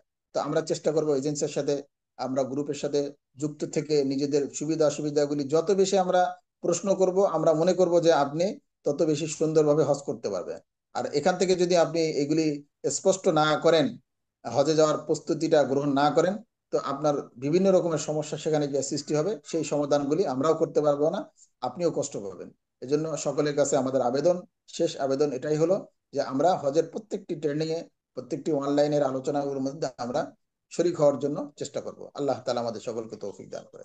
হ্যাঁ, আলহামদুলিল্লাহ, গুরুত্বপূর্ণ আলোচনা পেশ করলেন আমাদের হজের অন্যতম মুআল্লিম এবং আল বাসির ট্রাভেলসের অন্যতম পরিচালক জনাব মাওলানা মিজানুর রহমান সাহেব। এই পর্যায়ে আমরা হজের সার্বিক দিক নির্দেশনা এবং আপনাদের প্রশ্ন উত্তর পর্বের সকল বিষয় নিয়ে আলোচনা করবেন আমাদের ট্রাভেলসের সম্মানিত চেয়ারম্যান সাহেব জনাব মাওলানা আব্দুল গফফার সাহেব। ওনাকে ওনার আলোচনা পেশ করার জন্য অনুরোধ জানাচ্ছি। আলহামদুলিল্লাহ, ইন্নাল হামদুলিল্লাহ তাআলা আউযু বিল্লাহি মিনাশ শাইতানির রাজীম, বিসমিল্লাহির রহমানির রহিম। ওয়ালিল্লাহি আলান নাসি হজ্জুল বাইতি মান ইসতাতাআ ইলাইহি সাবিলা। আল্লাহ রাব্বুল আলামিনের দরবারে লাখো কোটি শুকরিয়া যে মহান রব্বুল আলামিন আমাদের এই গুরুত্বপূর্ণ ব্যস্তময় জীবন থেকে কিছুটা সময় পবিত্র একটি হজের আলোচনা, একটি ইবাদত নিয়ে কিছু আলোচনা করতে বসার, একত্রিত হওয়ার, আধুনিক যুগের এই ভার্চুয়াল মিটিং একত্রিত হয়ে বসার সুযোগ দান করেছেন, এর জন্য শুকরিয়া আদায় করি আলহামদুলিল্লাহ। আসলে দেখেন, প্রযুক্তি আহ যেমন খারাপ ব্যবহার করা যায়, এমন এটার কিছু ভালো দিকও আছে, ভালো ব্যবহার করা যায়। যেমন আজকে আমরা এক একজন কত দূরত্ব থেকে, কেউ অস্ট্রেলিয়া, কেউ কানাডা, কেউ বাংলাদেশ, কেউ লন্ডন, কেউ ঢাকায়, কেউ চিটাগাং, বিভিন্ন জায়গার থেকে আল্লাহর রহমত আমরা একত্রিত হয়ে গেছি। কেমন জানি মনে হয় আমরা এক টেবিলে বসে আলোচনা করতেছি। আল্লাহ রব্বুল্লাহ আলমিনের কাছে শুক্রিয়া আদায় করি। আল্লাহ আমাদের সবাইকে সুস্থ রাখুন এবং প্রত্যেককে হজ্জে মাবরুর করার তৌফিক দান করুন। আলহামদুলিল্লাহ, ইতিমধ্যেই অনেক গুরুত্বপূর্ণ কিছু আলোচনা হয়ে গেছে। প্রথমত হলো হজ কিভাবে আদায় করা যায়, কত প্রকার, 3 প্রকার নিয়ে, এবং তার সাথে কোরবানি বিষয়ক আলোচনাগুলো অত্যন্ত সুন্দরভাবে মুফতি আব্দুল্লাহ ফরহাদ সাহেব উপস্থাপন করেছেন। হজের প্রস্তুতি কিভাবে নিতে হবে এবং আমাদের হজের সাধারণত ডিজাইন কিভাবে থাকে ইত্যাদি বিষয় সংক্ষিপ্তভাবে এবং সুন্দরভাবে উপস্থাপন করেছেন আমাদের আল্লাহ হজ গ্রুপের অন্যতম পরিচালক, খুলনা অফিসের প্রধান মুফতি মিজানুর রহমান সাহেব। আল্লাহ রব্বুল আলমিনের কাছে অসংখ্য শুক্রিয়া যে আলোয়াসি হজ গ্রুপ শুরু থেকেই অদ্যাবধি পর্যন্ত চাহিদা অনুযায়ী যত গাইড হিসাবে আমরা গাইড করেছি হাজি সাহেবদেরকে, আমাদের কাফেলার সকল গাইডই বিজ্ঞ আলেম এবং মুফতি সাহেব ছিলেন, এবং এবছরও এভাবেই থাকবেন ইনশা আল্লাহ। আল্লাহ কবুল করুন। তো আলহামদুলিল্লাহ যে আমরা আজকের মিটিং এ কয়েকজন পুরাতন হাজী সাহেবকে আমি দেখতে পাচ্ছি, যারা ইতিপূর্বে আমাদের সাথে সফর করেছেন এবং এবছরও যাওয়ার জন্য নিয়ত করেছেন, এরকম কয়েকজনকে আমি দেখতে পাচ্ছি। এটা হলো ভালো লাগার দিক। কারণ যে কোনো সফর, দুনিয়ার যে কোনো সফর, এমনি একটা কথা আছে যে কাউকে যদি চিনতে চাও তাহলে দুটা কাজ করো, হয় তার সাথে কিছু লেনদেন করো, না হলে তার সাথে সফর করো। দুই অবস্থায় মানুষকে চেনা অত্যন্ত সহজ হয়। সফরের ভিতরে নানাবিধ সুবিধা অসুবিধা বিপদ আপদ সামনে আসে, তখন বোঝা যায় যে আমার সফর সাথী আমার সাথে কি আচরণ করতেছে। তখন তার বন্ধুত্ব, তার ভালোবাসা, তার আচার আচরণ এটা উপলব্ধি করা যায়। আবার দেনা পাওনার দ্বারা ঠিক পাওয়া যায় তার নেচার, তার আহ মানসিকতা কি, তার আমানতদারি কতটুকু আছে, এটা দ্বারা লেনদেন দ্বারাও টের পাওয়া যায়। আমাদের এই সফরটার ভিতরে দুটাই আছে। এক তো হলো আমাদের আপনাদের হাজী সাহেবদের অনেক মোটা অঙ্কের একটা টাকা আমাদের কাছে চলে আসে। সেক্ষেত্রে এটা আমাদের কাছে থাকে, আমরা এটা দিয়ে আপনাদের জন্য ব্যবস্থাপনা করে থাকি। আবার আমরা আপনাদের সাথে একটা লম্বা সফর, যেটা 2 4 5 দিনের নয়, মোটামুটি একেবারে শর্ট হলেও 20 দিন, সর্বোচ্চ 40 দিন পর্যন্ত আমাদের সাথে লম্বা একটা সফর হয়। সেই সফরে আমরা হাজী সাহেবদের সাথে কিভাবে থাকি, তাদের সুবিধা অসুবিধায় সুখ দুঃখে আমরা এজেন্সি হিসাবে, আমরা দায়িত্বশীল হিসাবে, ওই এজেন্সির কর্মকর্তা হিসাবে আমরা হাজী সাহেবদের সাথে কি ধরনের সহযোগিতা করি, তার উপরে ডিপেন্ড করে যে পরবর্তী কোনো সময় আপনি বা আপনার আত্মীয় স্বজন বা আপনার ভাই বেরাদার বন্ধু বান্ধবকে আমাদের অফিস পর্যন্ত পাঠাবেন কিনা, এটা অনেকটা নির্ভর করে। তো আলহামদুলিল্লাহ যে আমাদের সাথে যারা সফর করছেন, আহ বেশিরভাগই তাদের রেফারেন্সে আমাদের এখানে লোকজন এসে থাকে। এটা ভবিষ্যতেও অব্যাহত থাকবে। আমরাও চেষ্টা করব আমাদের সাধ্য অনুযায়ী সর্বোচ্চ সেবা, সার্ভিস এবং খেদমত দেওয়ার জন্য। আল্লাহ রব্বুল আলমিন আমাদেরকে সেই সুযোগ দান করুন, আমাদেরকে কবুল করুন। বিষয় হলো যে আমরা 2026 সালের জন্য হজের প্রাথমিক প্রস্তুতিগুলো সম্পন্ন করেছি। হাজী সাহেবরা তাদের প্রাক নিবন্ধন এবং নিবন্ধন সম্পন্ন করেছেন। এজেন্সিগুলো সেই কাজগুলো যথাযথভাবে করে ফেলেছে আলহামদুলিল্লাহ। আমাদের এজেন্সিও আপনাদের জন্য এই পর্যন্ত সরকারি নির্দেশনা মোতাবেক সৌদি আরব বাংলাদেশের যেই যেই কাজগুলো আমাদের উপরে দায়িত্ব ছিল আমরা যথাসময়ে করতে পেরেছি আলহামদুলিল্লাহ। মিনা, আরাফার তাঁবুর ক্ষেত্রে বাংলাদেশে একেবারে 1 নম্বরে আমরা এখন পর্যন্ত তাঁবু বুকিং করেছি আলহামদুলিল্লাহ, মিনা, আরাফা, মুজদালেফার জন্য। আগামী হজে আপনারা যেই জায়গাগুলোয় অবস্থান করবেন সেই অবস্থানের জন্য নির্দিষ্ট জায়গাগুলো আমরা অলরেডি বুকিং দিয়েছি। যদি সৌদি সরকারের কোনো সিস্টেমেটিক ঝামেলা না হয় তাহলে আমাদের জন্য এই স্থানগুলোই বরাদ্দ হবে। তো সিস্টেমেটিক ঝামেলাগুলো কি কি হতে পারে, যে আমরা যে স্পেসটা বরাদ্দ দিচ্ছি হয়তো এখানে আরো কিছু খালি সিট আছে, হয়তো ওই সিটগুলা ধরেন আমরা বুকিং দিছি আমাদের এজেন্সির 2100 হাজির জন্য, 2100 হাজি সাহেবদের জন্য আমাদের এজেন্সির বুকিং করা হয়েছে। এখানে সিট আছে 3700। তো ওই 3700 পূরণ করার জন্য সে আরেকটা এজেন্সি কি খুঁজবে। যদি আরেকটা এজেন্সি সমানভাবে পেয়ে যায় তো আলহামদুলিল্লাহ। যদি সেইটা মিলতাল করতে না পারে কোনো কারণে, সেক্ষেত্রে অনেক সময় আমাদের স্পেস চেঞ্জ করে বিকল্প কোনো জায়গায় দেয়। সেক্ষেত্রে আমাদের ক্ষেত্র বিশেষ আমাদের পছন্দের বাহিরেও অন্য কোনো জায়গায় হতে পারে, এর থেকে ভালো জায়গা হতে পারে, একটু দুর্বল জায়গাও পড়তে পারে। তো এখনো পর্যন্ত মিনা, আরাফা, মুজদালিফা তো কনফার্ম থাকে না, মিনা এবং আরাফার জন্য আমাদের যে লোকেশনে তাঁবু বরাদ্দ হয়েছে, আপনাদের কাছে দোয়া চাই যেন এটা ঠিক থাকে। যদি ঠিক থাকে তাহলে আমাদের সার্ভিসটা দিতে অনেক সহজ হবে আলহামদুলিল্লাহ। আমরা খুব ভালো লোকেশন দেখে গাড়ির পার্কিং ইত্যাদি, কিভাবে গাড়িটা পার্কিং করব, অনেক কিছু খেয়াল করতে হয়। আপনারা জানেন যে 30 লক্ষ মানুষের একটা মুভমেন্ট, এর ভিতর থেকে আমাকে নির্দিষ্ট সময় এক জায়গা থেকে আরেক জায়গায় যেতে হবে, কাজগুলো সম্পূর্ণ করতে হবে। এই কাজগুলো সম্পূর্ণ করার জন্য আমাদেরকে একটা বিরাট পরিকল্পনা আমাদের মাথায় থাকতে হয়। যেমন গত পরশুদিন রাতে যখন তাঁবু বরাদ্দ হয় তখন বাংলাদেশ টাইম হলো রাত্র 2:45।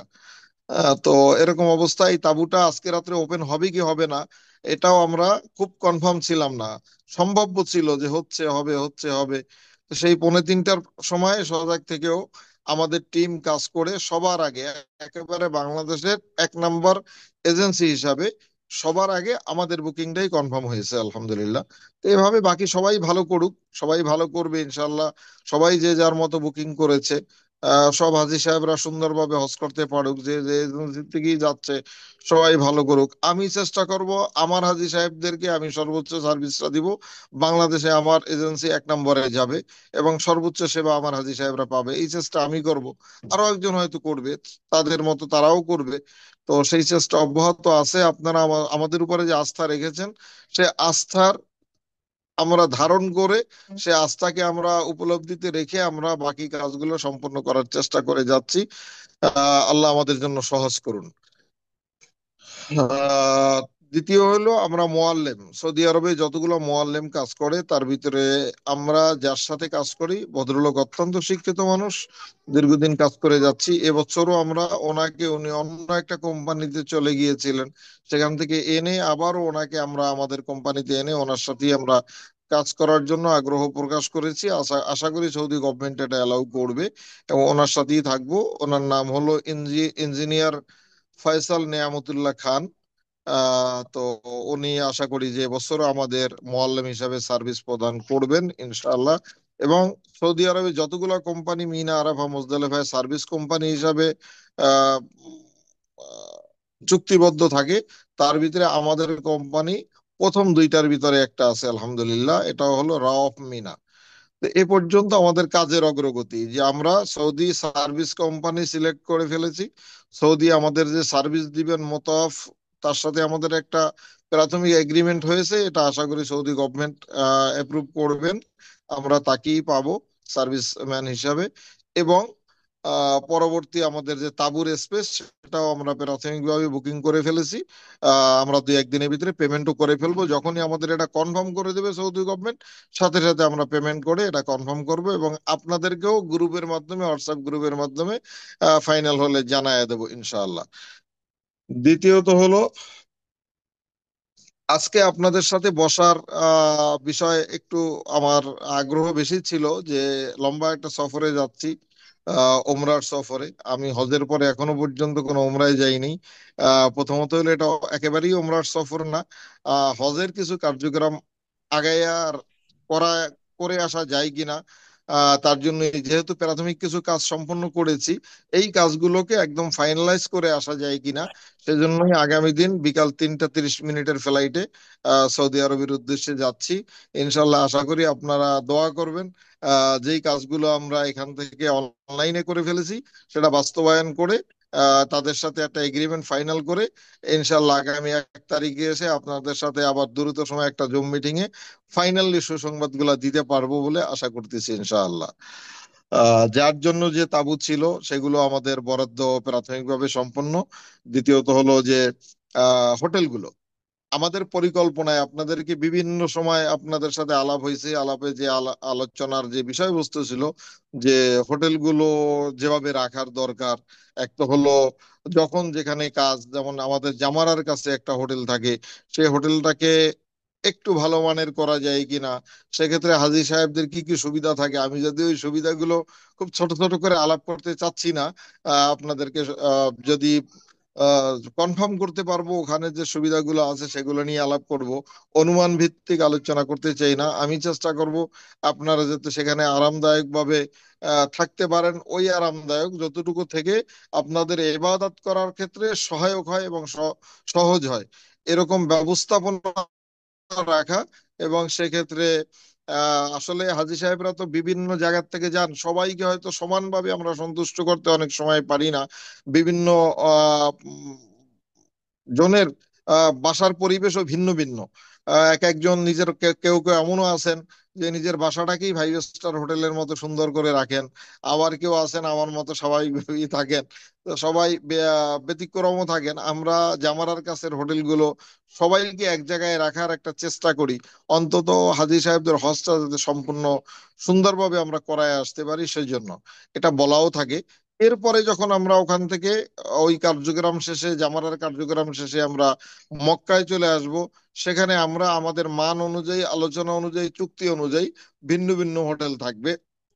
যাদের 5 স্টার থাকার কথা তাদের 5 স্টার থাকবে, যাদের 3 স্টার থাকার কথা 3 স্টার থাকবে, যাদের সাথে ইকোনমি কথা ইকোনমি থাকবে। এটা মক্কা মদিনায় এই চেঞ্জ গুলো হতে থাকবে। কিন্তু হজের যে 5 দিন বা 8 পিস মিলায়, সব মিলায় 10 দিনের যে কার্যক্রম, জিলহজ থেকে 13 জিলহজ পর্যন্ত, 14 জিলহজ পর্যন্ত, এই 10 দিনের জন্য আমাদের কার্যক্রমগুলো একই জায়গা থেকে একই হোটেলে পরিচালিত হবে। সেক্ষেত্রে হয়তো রুমের ক্যাটাগরি ওয়াইজ কিছু পরিবর্তন থাকবে, সেগুলো আমাদের আপনাদের সাথে যে আলাপ আছে সেই অনুযায়ী আমরা ব্যবস্থাপনা ইনশাআল্লাহ সম্পন্ন করতে পারবো, আশা করতেছি। দ্বিতীয়ত হলো যে আপনাদের যার যার প্যাকেজ যেটা ছিল, আমরা ইতিমধ্যেই আপনাদের কাছে একটা ফর্ম পাঠিয়েছি, যে আপনার আলোচনায় যে প্যাকেজটা আপনার সাথে চূড়ান্ত আলোচনা হয়েছে সেটা আপনি টিক দিয়ে, অথবা কোনো নোট থাকলে নিচে এক লাইনে নোট দিয়ে দিবেন যে আমি এই পরিবর্তনটা এইভাবে চাচ্ছি, বা এইটা এইভাবে করলে ভালো হয়। কোনো পরিবর্তন থাকলে, এখনো পর্যন্ত যারা ফর্ম দিছেন তাদেরও যদি কোনো চেঞ্জ থাকে, তাহলেও সেটা আমাদেরকে অবশ্যই সর্বশেষ 20 তারিখের আগে জানাবেন। 20 তারিখের পরে হয়তো আমরা কোনো না কোনো হোটেলের সাথেও চুক্তি করে ফেলতে পারি। সেক্ষেত্রে পরবর্তীতে পরিবর্তন করা অত্যন্ত কঠিন। হজের কোনো চুক্তি পরবর্তীতে সংশোধন, পরিবর্তন, পরিমার্জন করা এটা অত্যন্ত জটিল কাজ, মানে একেবারেই জটিল। ইচ্ছা করলে এমনও না যে আমার রুমটার যে টাকা খরচ হয় এটা আমি ডাবল দিলাম, তাহলেও সম্ভব না। এটা বুঝানো অনেক ক্ষেত্রে অনেক লম্বা আলোচনায় যেতে হবে। তো আজকে ওই আলোচনায় আর যাচ্ছি না, কিন্তু আসলে অনেক জটিল কাজ, ইচ্ছা করলেই করা যায় না। এখন যারা লং প্যাকেজ নিছেন তারা যদি শর্ট করতে চান, তাহলেও আপনাদের জন্য কিছু জটিলতা আছে। আবার যারা এখন শর্ট নিছেন পরবর্তী যদি লং করতে চান, তাহলেও কিছু জটিলতা আছে। প্রত্যেকটা ক্ষেত্রেই কাজেরও কিছু জটিলতা আছে। আমরা কোনোভাবেই এই হ্যাসেলটাই পড়তে চাই না। আমাদের প্রচুর দৌড়াদৌড়ি আছে এগুলো নিয়ে, ইচ্ছা করলে আরেকটা হোটেলে রুম ভাড়া করলেই কাজ শেষ হয়ে যাবে না। তো এই জন্য আমাদেরও কিছু পরিস্থিতির মুখোমুখি হতে হয়, এবং আপনাদের আবারও এক্সট্রা অনেক খরচ বেড়ে যাবে। ছোট করলেও বাড়বে, বড় করলেও বাড়বে। কারণ নির্দিষ্ট টাইমের হোটেলের যে চুক্তি এগ্রিমেন্ট, এটা ভঙ্গ করতে হবে। এই এগ্রিমেন্ট ক্যান্সেল করা যাচ্ছে না, কারণ এখানে একটা গ্রুপ বুকিং হয়। যদি ক্যান্সেল করতে হয় তো পুরো গ্রুপটা ক্যান্সেল করতে হয়। তো সমস্যাটা তো গ্রুপের না, সমস্যাটা একজনের বা দুইজনের। তখন এই দুইজনকে ওইখান থেকে বের করে আলাদা করে এনে আরেকটা এগ্রিমেন্ট করা অত্যন্ত কঠিন কাজ। সেক্ষেত্রে নানাবিধ পন্থা অবলম্বন করতে হয়। ম্যানুয়ালি কিছু কাজবাজ করে ওখান থেকে একটা অনুমোদন নিতে হয়, তারপরে এইগুলা করতে হয়। সেই ক্ষেত্রে আপনাদের প্যাকেজ গুলো আপনারা গুরুত্ব সহকারে আবারও দেখবেন। শুধুই এটা একটা ফর্ম মনে না করা। আমরা চাই যে আমরা কাজগুলো গুছাইয়া করব, আপনারা যাতে কোথাও কোনো রকম মানসিক ভাবে ডিস্টার্বে না পড়েন।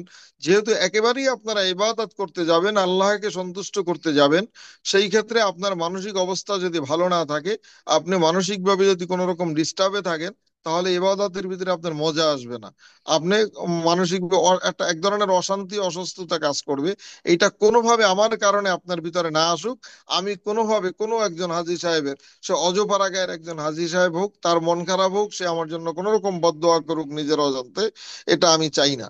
হয়তো ভুলটা তারই, কিন্তু তারপরে তার মন খারাপ হবে সময় মতো তার সার্ভিসটা না পেলে।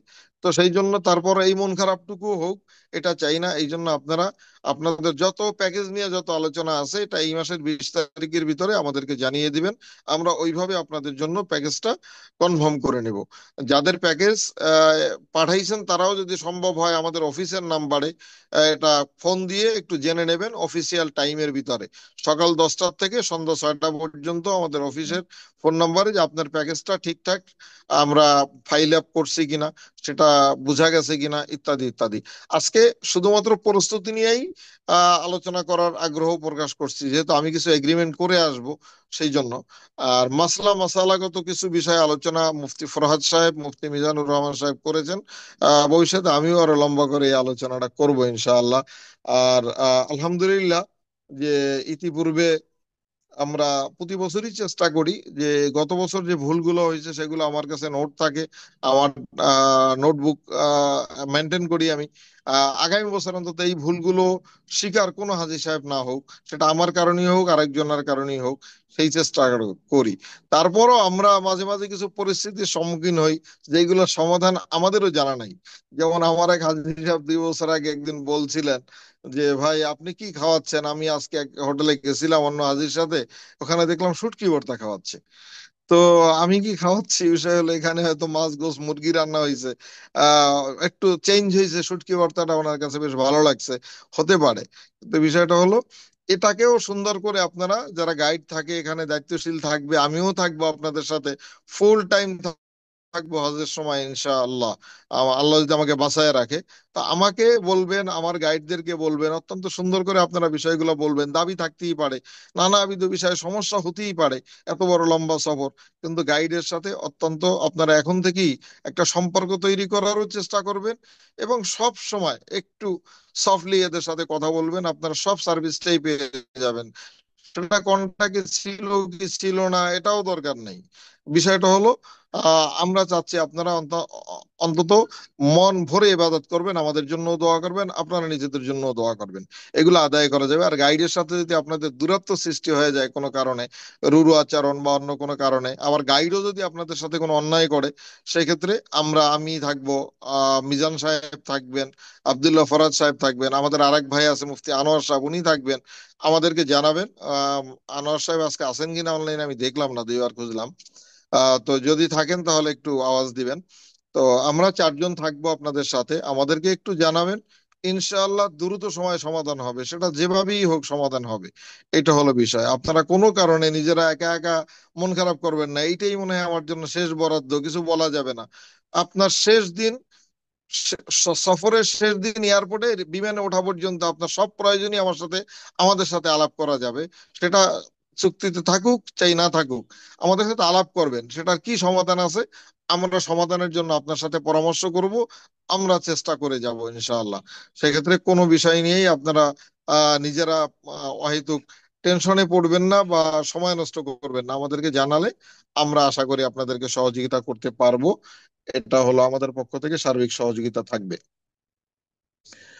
আর হজের প্রস্তুতির ক্ষেত্রে মুফতি মিজান সাহেব বলছেন, আমি একটু রিপিট করি বিষয়টা, সেটা হলো অবশ্যই একটা মাত্র হজের বই পড়বেন। যে যেটাই পড়েন, যদি আমাদের থেকে নিয়ে পড়েন তাহলে তো আলহামদুলিল্লাহ, আমরা আপনাদেরকে বই সরবরাহ করব। যদি আমাদের থেকে না নিয়ে আপনি বাজার থেকে সংগ্রহ করে পড়েন, তাহলে একটাই পড়বেন, কেন এর বেশি পড়বেন না। হজের মূল কাজটা তো আসলে খুব ছোট। আমাদের একটা ওমরার জন্য দুইটা ফরজ, দুইটা ওয়াজিব, বা সব বইতে একই লেখা আছে এই বিষয়গুলো। কিন্তু কিছু কিছু ভিন্ন আমল আছে। কোন কোন জায়গায় এমনও আছে যে তওয়াফের 7 চক্করে 7 দোয়া। আসলে তওয়াফে অ্যাকচুয়ালি রুকনি ইয়ামানের থেকে হজরে আসর পর্যন্ত একটা নির্দিষ্ট দোয়া ছাড়া আর কোনো দোয়াই নেই নির্দিষ্ট। তো এই লম্বা দোয়ার পিছনে পড়ে না থাকে, দোয়া হইলেও নিজের মনে মনে করতে থাকবেন। আল্লাহর কাছে আপনি বাংলায় বলবেন, আপনার ভাষায় বলবেন, আপনার মন থেকে, আপনার হৃদয় থেকে, আপনার দিল থেকে উজাড় করে দিয়ে আপনি মালিকের সাথে কথা বলবেন। এই জন্য আলাদা কোনো লম্বা দোয়া মুখস্থ করার আসলে জরুরত নাই। দুই একটা দোয়া অবশ্যই আছে, যেটা হলো তালবিয়া, লাব্বাইক আল্লাহুম্মা লাব্বাইক, লাব্বাইক লা শারীকা লাক লাব্বাইক, ইন্নাল হামদা ওয়ান নি'মাতা লাকা ওয়াল মুলক লা শারীকা লাক। এটা অবশ্যই শুদ্ধভাবে সুন্দরভাবে মুখস্থ করতে হবে। ইউটিউব ছেড়ে আপনারা আরবিটা শুনবেন, বাংলাটা লেখা দেখবেন, দেখে ওটা দেখে দেখে আপনারা শব্দ বাই শব্দ আপনারা মুখস্থ করে নেবেন সুন্দর করে।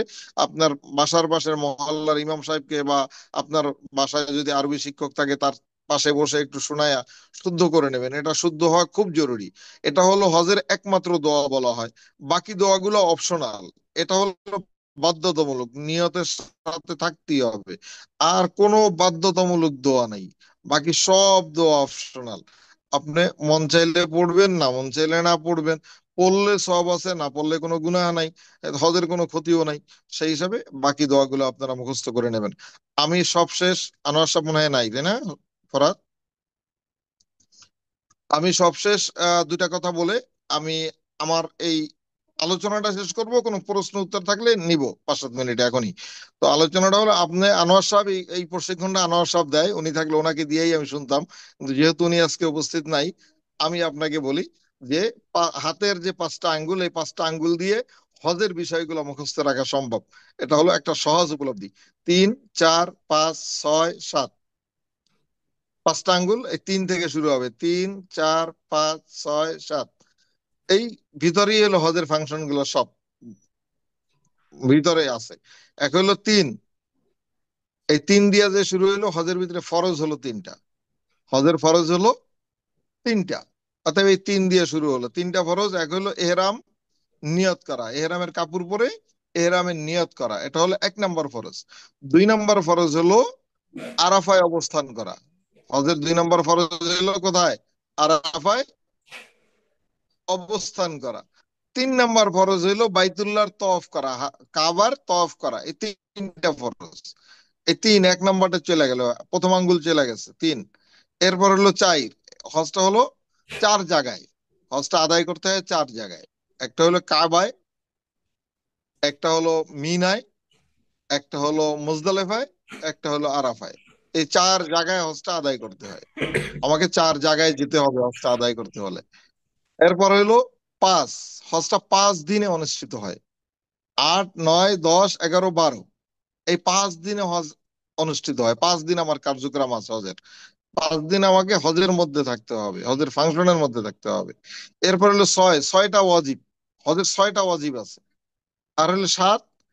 এই 7 হলো 7 চক্কর 7 সাই, মানে 7 চক্কর বলতে একটা তওয়াফে 7 বার ঘুরতে হয় কাবা শরীফ।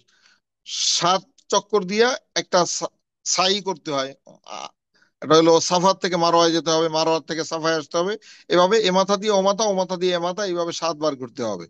এই 3, 4, 5, 6, 7-এর ভিতরেই মোটামুটি হজের ফুল ফাংশনটা শেষ হয়ে যাবে।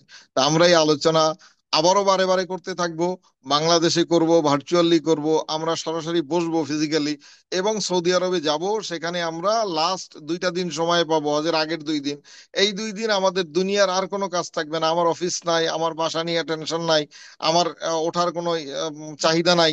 আমি ও জায়গায় বসে বসে এই প্রশিক্ষণ গুলা নিতে থাকবো, আমরাও আলোচনা করতে থাকবো। আপনারা আমাদেরকে যদি একটু সাপোর্ট দেন, আমরা চেষ্টা করব সবচেয়ে দুর্বল থেকে দুর্বল লোকটা তিনি জানি হজের সমস্ত কাজগুলো নিজেরটা নিজে আদায় করে আসতে পারেন। সেই ক্ষেত্রে যখন যেখানে যেভাবে সহযোগিতা করলে আপনাদের পক্ষে সেটা সম্ভব আল্লাহর পক্ষ থেকে, তখন সেই জায়গায় সেই রকম সহযোগিতা আপনাদের জন্য প্রস্তুত থাকবে ইনশাআল্লাহ। আপনারা এখন তো নিবন্ধন হয়ে গেছে, অন্য কোনো আশ্বস্ত করার কোনো কিছু দরকার নাই, লোভনীয় কিছু করার দরকার নাই। শুধুমাত্র আপনাদের দোয়া চাই। অতএব আমরা আছি আপনার পাশে, একদম সব কাজ সুন্দরভাবে যাতে করতে পারেন এই ব্যবস্থাপনার জন্য যখন যা দরকার আমরা করব। আমরা চাই না সফরের শুরু হয়ে গেছে, এরপর হজ ছাড়া বা ইবাদত ছাড়া আপনাদের সাথে অন্য কোনো বিষয় নিয়ে কোনো ডিসকাশন আমাদের সাথে হওয়ার দরকার আছে। আপনারা শুধু বলবেন, আমরা সেটা বাস্তবায়ন করার চেষ্টা করব। নর্মালি সব তো আমাদের পক্ষ থেকে রেডিই থাকবে। তারপরও কোনো বিষয় যদি থাকে, হয়তো পারবো হয়তো পারবো না, তারপরও বলবেন।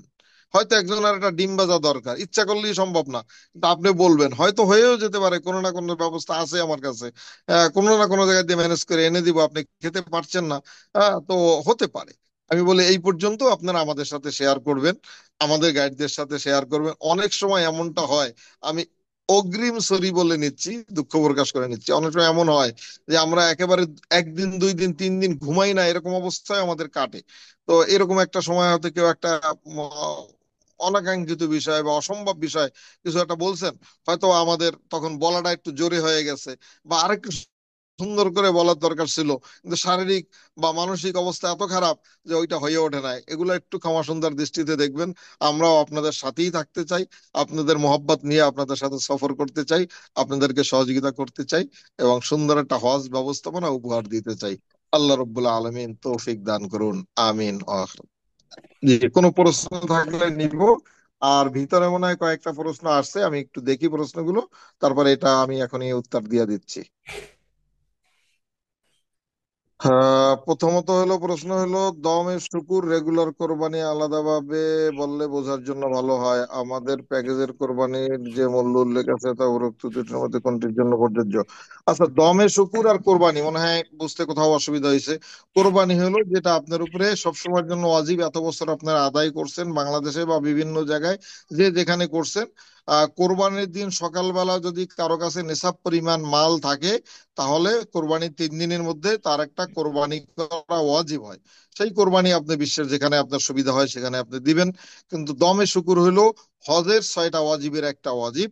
এই যে 6 বললাম, সে হজের 6টা ওয়াজিবের একটা ওয়াজিব হলো দমে শুকুর। এটা যেমন আপনার মুজদালেফায় অবস্থান করাও যেমনি ওয়াজিব, এইটাও একটা ওয়াজিব। সাই করাও যেমনি ওয়াজিব, দমে শুকুর একটা পশু জবেহ করে দেওয়া হুদুদে হারামের ভিতরে, মানে একটা নির্দিষ্ট এরিয়ার ভিতরে একটা পশু জবেহ করে দেওয়া হজের জন্য।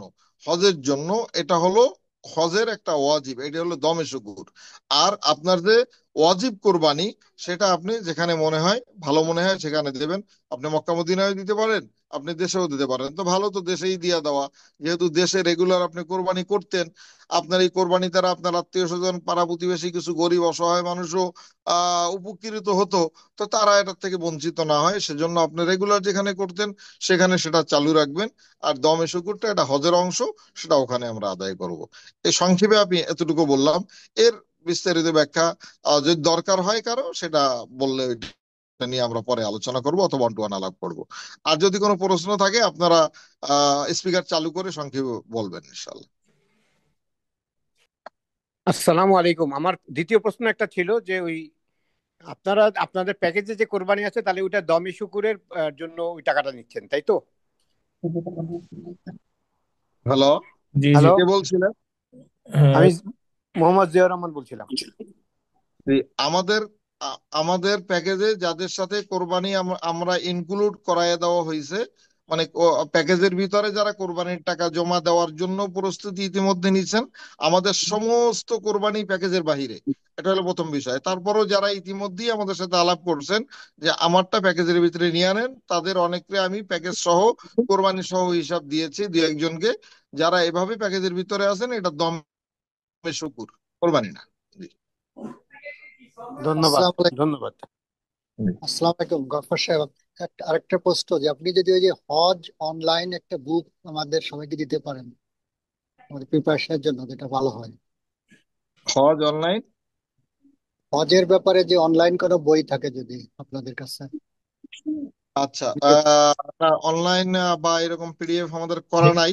আমি আর একটা সংক্ষিপ্ত ভাবে যেগুলো আছে এগুলো হয়তো আমরা এখানে গাইতে দিয়ে রাখবো ইনশাল্লাহ। আমি একটা বইয়ের লিংক অলরেডি কমেন্টে দিয়ে দিচ্ছি রকমারি থেকে, আমি হোয়াটসঅ্যাপেও দিয়ে দিব। রকমারি থেকে আপনারা সংগ্রহ করতে পারবেন, চাইলে বিভিন্ন জায়গায় গুগলে সার্চ দিলে হয়তো পিডিএফ পাইতে পারেন, নিজেদের মতো পিডিএফ খুঁজলে পেয়ে যাবেন। আমি একটা বইয়ের লিংক রকমারি থেকে দিয়ে রাখবো। আর একেবারে যতটুকু লাগে ওই পেজগুলো হয়তো আমরা করে আমাদের হোয়াটসঅ্যাপ গ্রুপ যেটা আছে বছরের জন্য, সেখানে আমরা দিয়ে রাখবো। আর রনি ভাইকে বলছিলাম, রনি ভাই ইতিপূর্বে আমাদের সাথে হজ করছেন, আলহামদুলিল্লাহ, ভবিষ্যতে আল্লাহ কবুল করলে করবে। তো সেটা ইনশাল্লাহ, আল্লাহ ইনশাল্লাহ, ইনশাল্লাহ। আমি তো আলো আছি, আলো আছি সাথে 2019 সাল থেকে পরিচিত। আমি 2019 সালে একটা অন্য এজেন্সির মাধ্যমে হজ করছিলাম। তে আলো আছির যে কার্যক্রম ওখানে আমি দেখছি, আমার আব্বা আম্মাকে নিয়ে আমি হজ করছিলাম। তে এক ভাইয়ের মাধ্যম দিয়ে ভাইয়ের সাথে পরিচিত, ওইখান থেকে খুব আপনের মতো হয়ে গেছে। এখন আমার কাছে মনে হয় আমি আলো আছি এজেন্সিটা আমার নিজেরই, এরকম মনে হয়। তে আমি 2023-এ এই উমরাও করছি ভাইয়ের সাথে, 24-এ বড় হজও করছি, 25-এ জুলাই মাসে ফার্স্ট এই হজের পরে ফার্স্ট উমরার প্যাসেঞ্জার যে সম্ভবত আমরা একলাই ছিলাম মনে হয়। ইনশাল্লাহ 2026-এ ভাইয়ের সাথে হজ করব, এটা ইনশাল্লাহ। আমাদের হয়ে গেছে। তে এই পর্যন্ত আমি ভাইয়ের কথার সাথে সবকিছু মিল পাইছি আলহামদুলিল্লাহ, এর জন্যই আছি। তো এখানে যারা যারা আছে ইনশাল্লাহ মনে হয় 2026 সালের হজের সফর সঙ্গী হব আমরা একসাথে। তো ইনশাল্লাহ। ইনশাল্লাহ আল্লাহ চাহে তো সবকিছু ভালোই হবে। আর এটাই বলবো, আর কিছু না। ঠিক আছে, আসসালামু আলাইকুম ওয়া রাহমাতুল্লাহ।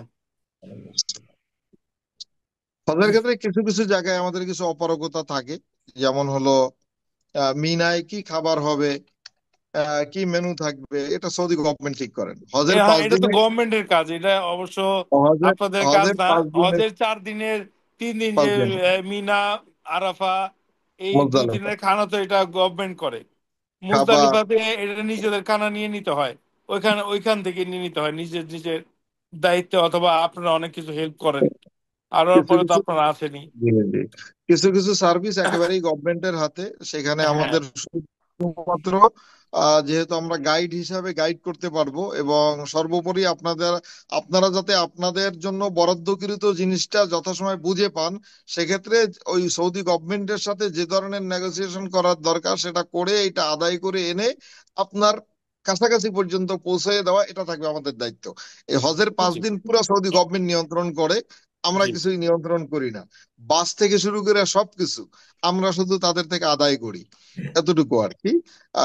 ইভেন স্পেশাল বাসটাও মানে সেটা আসলে তবে পার্কিং দিয়ে বের স- স- সবচেয়ে আপনাদের একটা কাজ সবচেয়ে সুন্দর, সেটা হলো স্পেশাল বাস।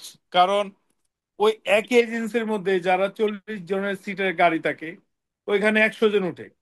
আর যেটা স্পেশাল বাস, ওইটাতে যে কজনের সিট থাকে ওই কজনই থাকে। এটা অনেক আরামদায়ক কাজ। এটা এটা কেউ যদি সম্ভব হয় এটা নিয়ে নিবেন। স্পেশাল সার্ভিসটা খুবই ভালো। এটা আপনাদের আধা শরীরটা, আধা ক্লান্ত আপনার দূর করে দিবে হজের। এই বলবো, এছাড়া আলহামদুলিল্লাহ, আলহামদুলিল্লাহ, শুক্রিয়া। দোয়া চাই। আজকে রনি ভাই যেভাবে জি। বলছেন যে মনে হয় আলওয়াসি এজেন্সিটা আমার, শুনে ভালো লাগলো। আশা করি ভবিষ্যতে আপনারাও বলবেন যে না, আলওয়াসিতে আমি একটা মেসেজ দিয়ে দিলে তা আমার কথাই আলওয়াসি শুনবে। এটাই হওয়া উচিত, এই না, বিশ্বাসটা অর্জন করতে আমি চাই। তো আমি তো আপনার কাছ থেকে সব না, পাচ্ছি। সবার এই ক্ষেত্রে যে আমার আমি বলি এমএলএ, আমার আমার এই যে সহবাসীরা। ডিসেম্বরের 14 তারিখে আমার 4 জন যাবে জি জি, উমরা, আমার ফ্যামিলি। আমি কোথাও না, আমি সরাসরি আপনার অফিসে নিয়ে এসে পড়ি যে ইনশাল্লাহ ভাই ইনশাল্লাহ। এটা করে দেন আপনি। ওইটাই এটাই। প্রত্যেক আলহামদুলিল্লাহ, এগুলো অনেক বড় জিনিস। প্রত্যেক হাজী সাহেবের কাছ থেকে আমরা এই আস্থাটা অর্জন করতে চাই যে তিনি মনে করবেন যে আমি ছোট্ট একটা মেসেজ দিছি, এটাই আল্লাহর জন্য যথেষ্ট হয়ে যাবে। সে বুঝবে যে আমি কি চাইছি এবং সেটা বাস্তবায়ন হয়ে যাবে। এই আস্থাটাই আমরা অর্জন করতে চাই এবং আশা করি আমরা সেটা পারবো। আমরা সবাই আপনাদের সাথে লেগে থাকি। এই হলো বিষয়। আর হ্যাঁ, হজের হজের 5 দিনের বিষয়ে বলছিলাম, এটা সৌদি গভর্নমেন্ট নিয়ন্ত্রণ করে। আমরা এটা যেভাবে উম, নিজের যোগ্যতা অনুযায়ী আদায় করে আনতে পারি, এটাই হলো আমাদের সাকসেসনেস। আর দ্বিতীয় হলো যে ফ্লাইটটাও আমরা পুরোপুরি নিজেরা নিয়ন্ত্রণ করি না। আমরা যখন পে অর্ডারটা দিয়ে দেই টিকিটের জন্য, তখন আমাদের এগ্রিমেন্ট অনুযায়ী ওই ডেটে যেই ফ্লাইট গুলো সাধারণত অ্যাভেলেবেল থাকে ওইটা নিতে অনেক সময় আমরা বাধ্য হই। তো এটা হয়। এবছরও 3টা এয়ারলাইন্স কে সরকার অনুমোদন দিয়েছে। একটা হলো সৌদি এয়ারলাইন্স, একটা হলো বাংলাদেশ এয়ারলাইন্স, আর একটা হলো মানে বিমান বাংলাদেশ এয়ারলাইন্স যেটা, আর একটা হলো সৌদি সরকারেরই আর একটা ফ্লাইট আছে ফ্লাইনাস, এটাও সৌদি গভর্নমেন্ট।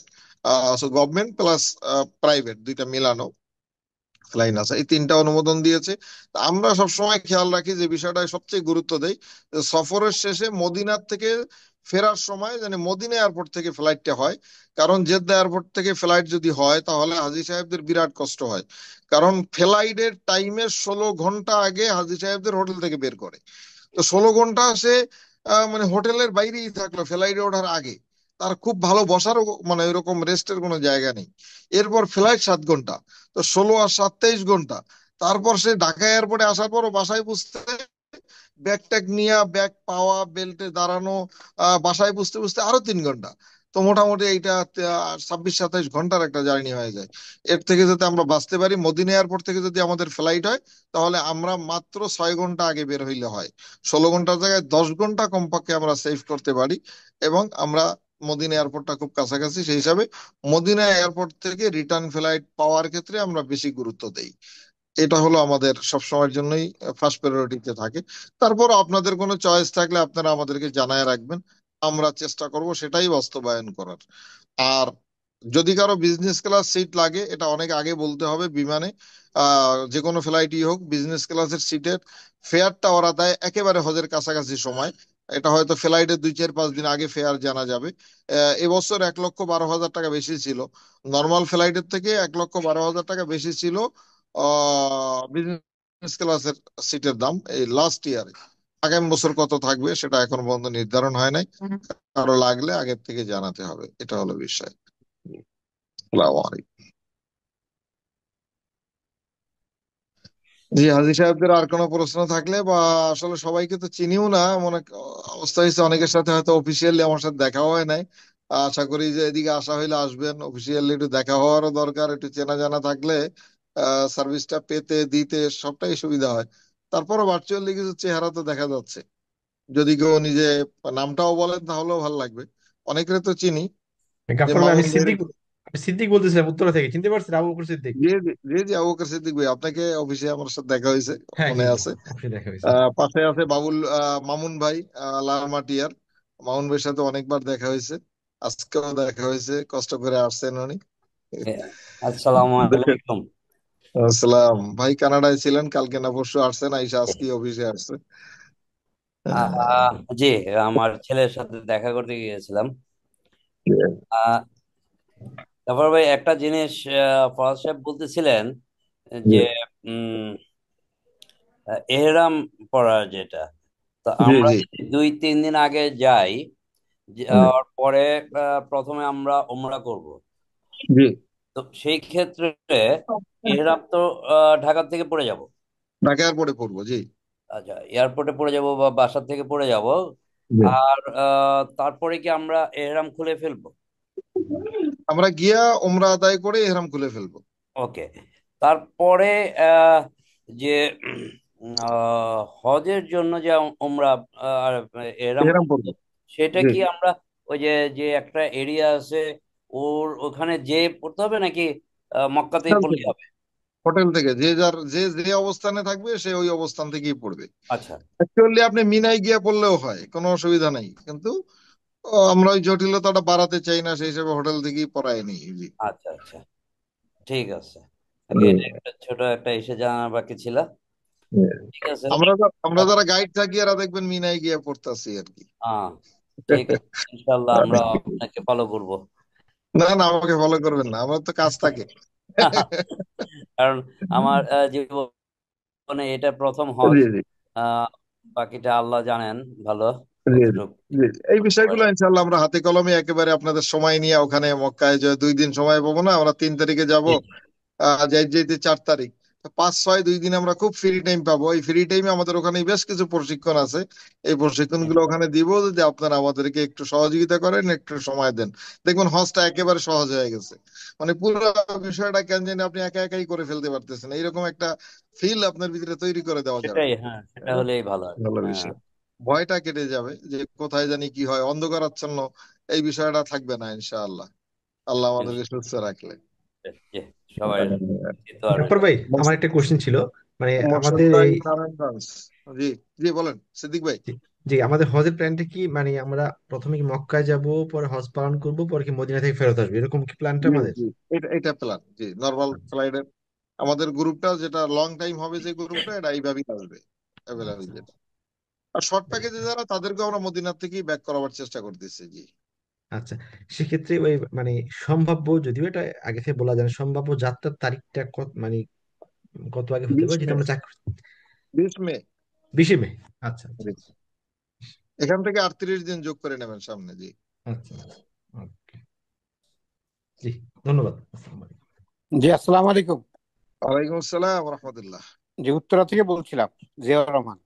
জি, ওই যে জিয়া রহমান ভাই। মেডিকেলের ব্যাপারে একটা প্রশ্ন দিয়েছি আর কি, এটা একটু উত্তর দিবেন? আমি অবশ্য পরের প্রশ্নগুলো আর দেখি নাই, আমি দেখতেছি, বলতেও পারেন মুখে। আমি প্রশ্ন আহ, এদিকে উনি জিজ্ঞেস করতেছেন মেডিকেলটা আসলে কবে করতে হবে, যে যারা দেশের বাইরে আছেন ওরা তো 2-3 দিন আগে আসবেন, তাদের মেডিকেলের বিষয়ে করণীয় কি? আচ্ছা, এক তো হলো যে আমরা যতটুকু এখনো পর্যন্ত জানি যে মেডিকেল সে অন্য কোনো দেশ থেকে করলেও সেটা হয়ে যাবে। মেডিকেল একটা কার্ড লাগবে, সেটা হয়তো আমরা এখান থেকে অ্যারেঞ্জ করে নিতে পারবো। শারীরিক যে ফিটনেস এর মেডিকেল না, যে কোনো বড় রকম কোনো অসুস্থতা নাই। আর একটা হলো টিকা, ভ্যাকসিন, এটা যাওয়ার সময় এয়ারপোর্ট থেকে দিয়ে গেলেও চলবে, খুব একটা অসুবিধা নেই। 2 দিন আগে আসলে ঢাকায় যে কোনো হসপিটালে দিয়ে ফেলা যাবে, আর লাস্ট হাজি ক্যাম্পে দিয়ে নেওয়া যাবে, যদি এর আগ পর্যন্ত কেউ না দেয়, তাতে কোনো অসুবিধা নাই। আর যদি মেডিকেল বাহির থেকে করে না আসে, এখানে এসে করতে চায়, তাহলে 2 দিন আগে আসলে এখানেও করতে পারবে, তাতে কোনো অসুবিধা হবে না। ধন্যবাদ। বিভিন্ন হসপিটাল প্যাকেজ দিয়ে দেবে, দেখবেন আপনারা রমজান আসলেই, রমজানের আগে দেবে বছর, জানুয়ারির প্রথম সপ্তাহ থেকে হজের প্যাকেজ দিয়ে দেবে, বিভিন্ন হসপিটাল দেবে। এর মধ্যে ইবনে সিনা ইসলামী ব্যাংকটা একটু সহজ করে, ইসলামী ব্যাংক হসপিটাল যেটা, এখানে হয়তো 1,1200 টাকার মধ্যে হজের টেস্ট প্যাকেজ, যে হজের ক্ষেত্রে যেই যেই টেস্ট গুলো লাগে এইগুলোর একটা প্যাকেজ দিয়ে দিবে, আপনারা ওখান থেকে করাই নিলেই বরঞ্চ ভালো হবে। ওরা এটা অনলাইন করে ফেলবে।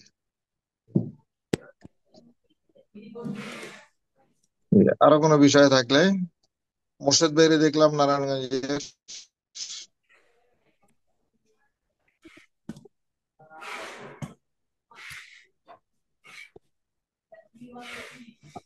জি, এমনি একজন অনর ভাই, আপনার ওই বসুন্ধরার ভাইয়ের নামটা ভুলে গেলাম, দেখতেছি না।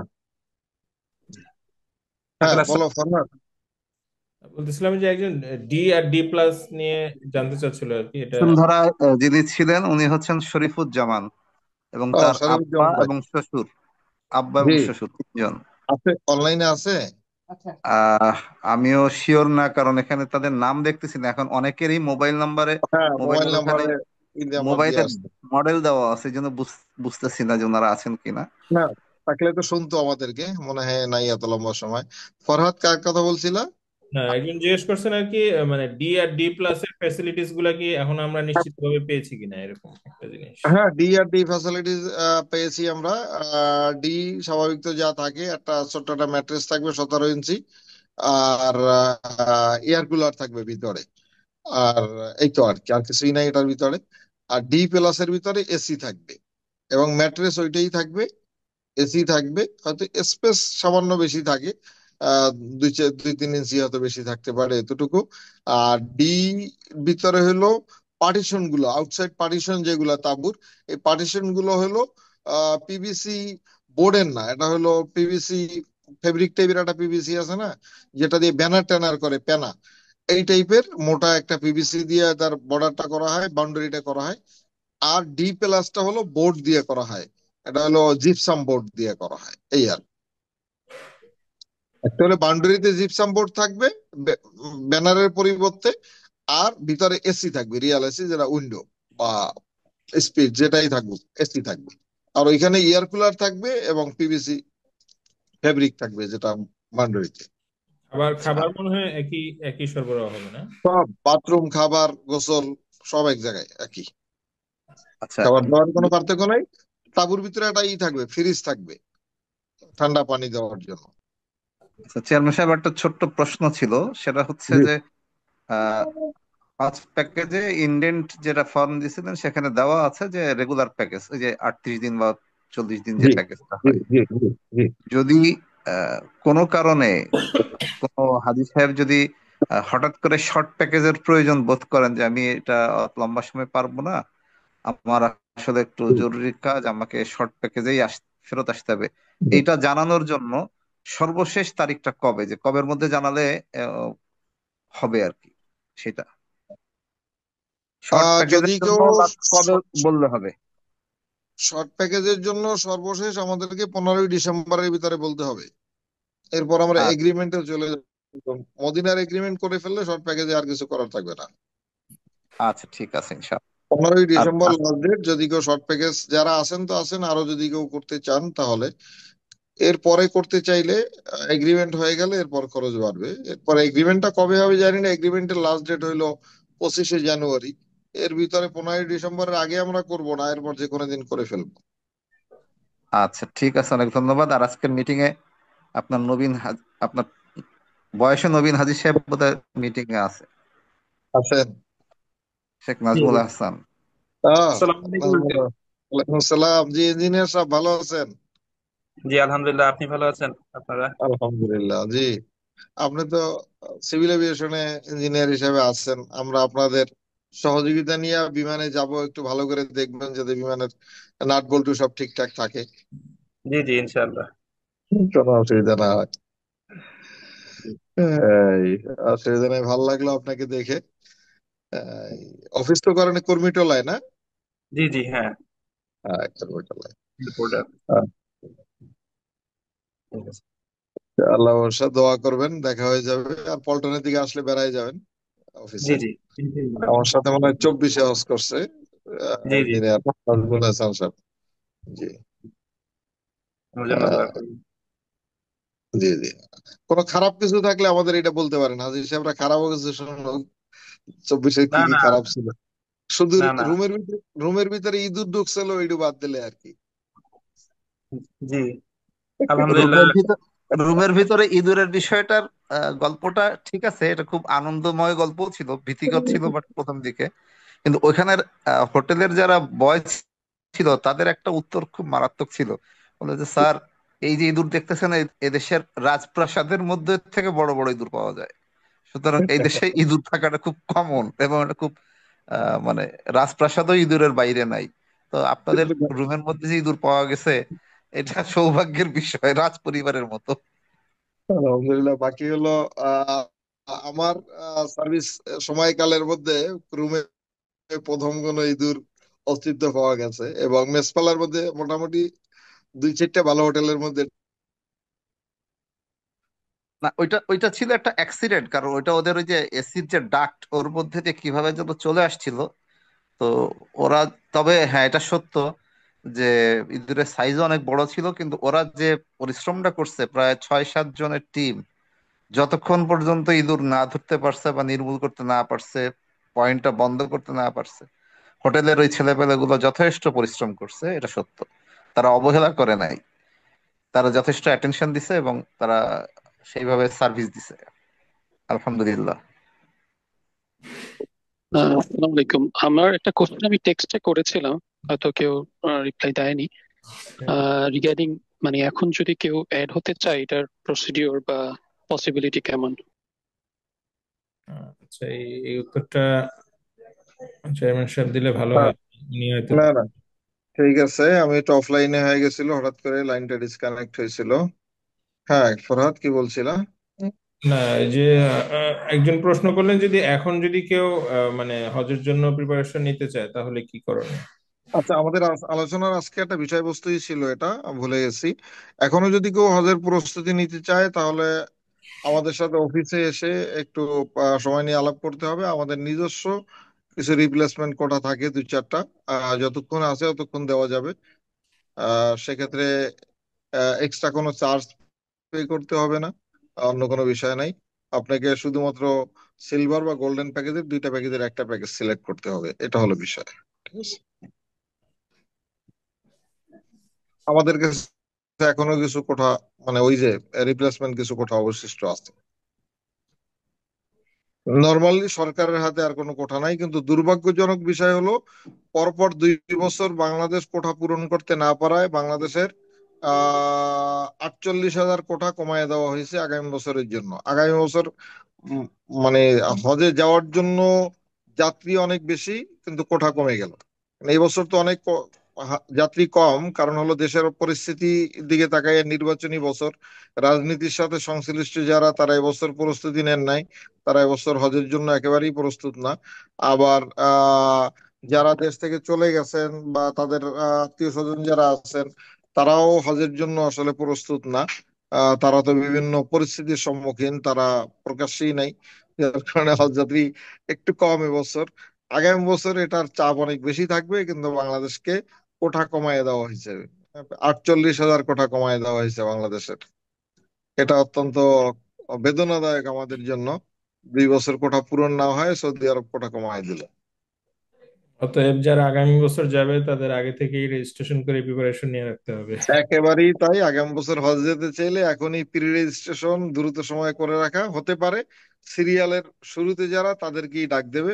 যারা এর এই 78,000-এর বাইরে চলে যাবে তাদেরকে হয়তো আর ডাক নাও পড়তে পারে। আগামী বছরের কোটা হলো 78,000, এর আগে ছিল 1,27,200।